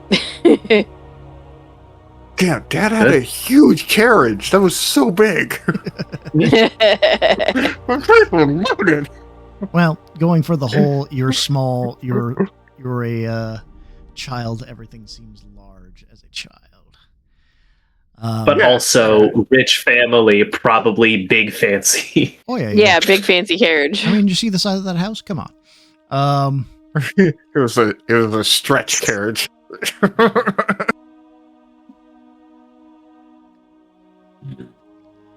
All right, gang. Well, I appreciate you. We'll have probably another short session next week if I don't decide that I need a little extra time. I'll let you know ahead of time. I may put off next week's game to the following week. I have a convention that I'm going to be going to, and setup date is Thursday night, so I might need Wednesday to finish off any little projects that I got. I will let you know. I also still need to build the maps for the next sections. I've got the Feywild done, but not some of the places in the Feywild. So this will be quite interesting here. But I'm excited to get to this boss. I'm sure you guys are excited to hopefully not die to this boss. And I hope the scene wasn't too traumatic for you for that last little brain disturbance there. It was not traumatic for me, but a little bit for Varunj. Yeah. Like, I think definitely a little disturbing. I like they made the second throw because I was thinking, well, it would be very apparent to him after his dad called him Whelp that this couldn't be his dad because his father was always kind to him. You've learned different things about your father. That is not great. Yeah, Umbra honestly just thought it was like, oh, I'm just in a dream right now. And this is just my dream and I'm just asleep. Man. That was Umbra's thought, because the last time she talked to the figure, it was in a dream, so Umbra's thought was just, oh, I'm just asleep. And then Moody shut up and it's like, ah, I see. Okay. And All right. I think it is strangely fitting that Shady Doctor had the most difficulty shaking his personal demons. Well, unfortunately, with a -2 to charisma saving throws, yeah, I kind of knew I had to build some mechanics in there. Yeah, not the charismatic one. No, not at all. And for good reasons, apparently. So, Yeah. this is the first little bit PTSD of Shade Doctor's story that we've been able to get to. I apologize for that, but yeah, your backstory's in freaking Neverwinter, so it's like, oh well, you're halfway across the map there, buddy. How do I tie that in? Oh, okay, I got something for you. You okay?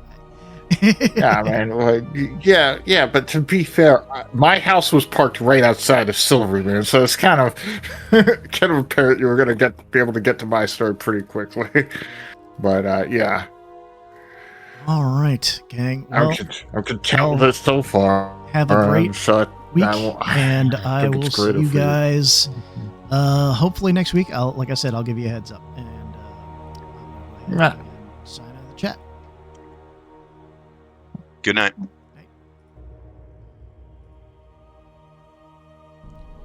All right, gang. Well, I hope everybody had fun. I know I did. Torturing people is, a great little thing that I enjoy doing as a DM. I get to do it. It's a fun little ha, tongue-in-cheek, yay. So, hopefully, I'll let you guys know. If you enjoyed what you saw, you're welcome to support the stream any way you can, even if it's just watching. Because honestly, watching gives me the motivation to continue this stuff. I want to thank Fluffy for dropping in. I want to thank Queen Blaze for doing a raid, of course. Want to thank her for the bits. Want to thank Kill Billy for dropping some bits. And want to thank everyone that is watching on YouTube as well. So, like I said, you can support us through watching. You can support us through subscribing. You can support us through watching the YouTubes. You can support us through the Redbubble and TeePublic merch we have available. And then, of course, we have a Patreon where you can get a compendium of the items that we use that I have created, as well as the maps we use in all of this if you subscribe to the Patreon at the supporter tier. So yeah, we'll find some meta raid right quick, and we'll see who's on.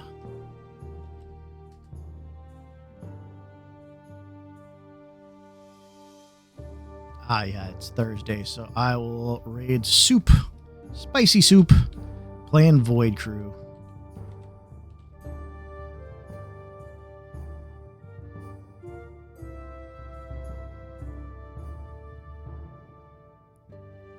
Thanks, Fluffy. We'll see you again next time, hopefully.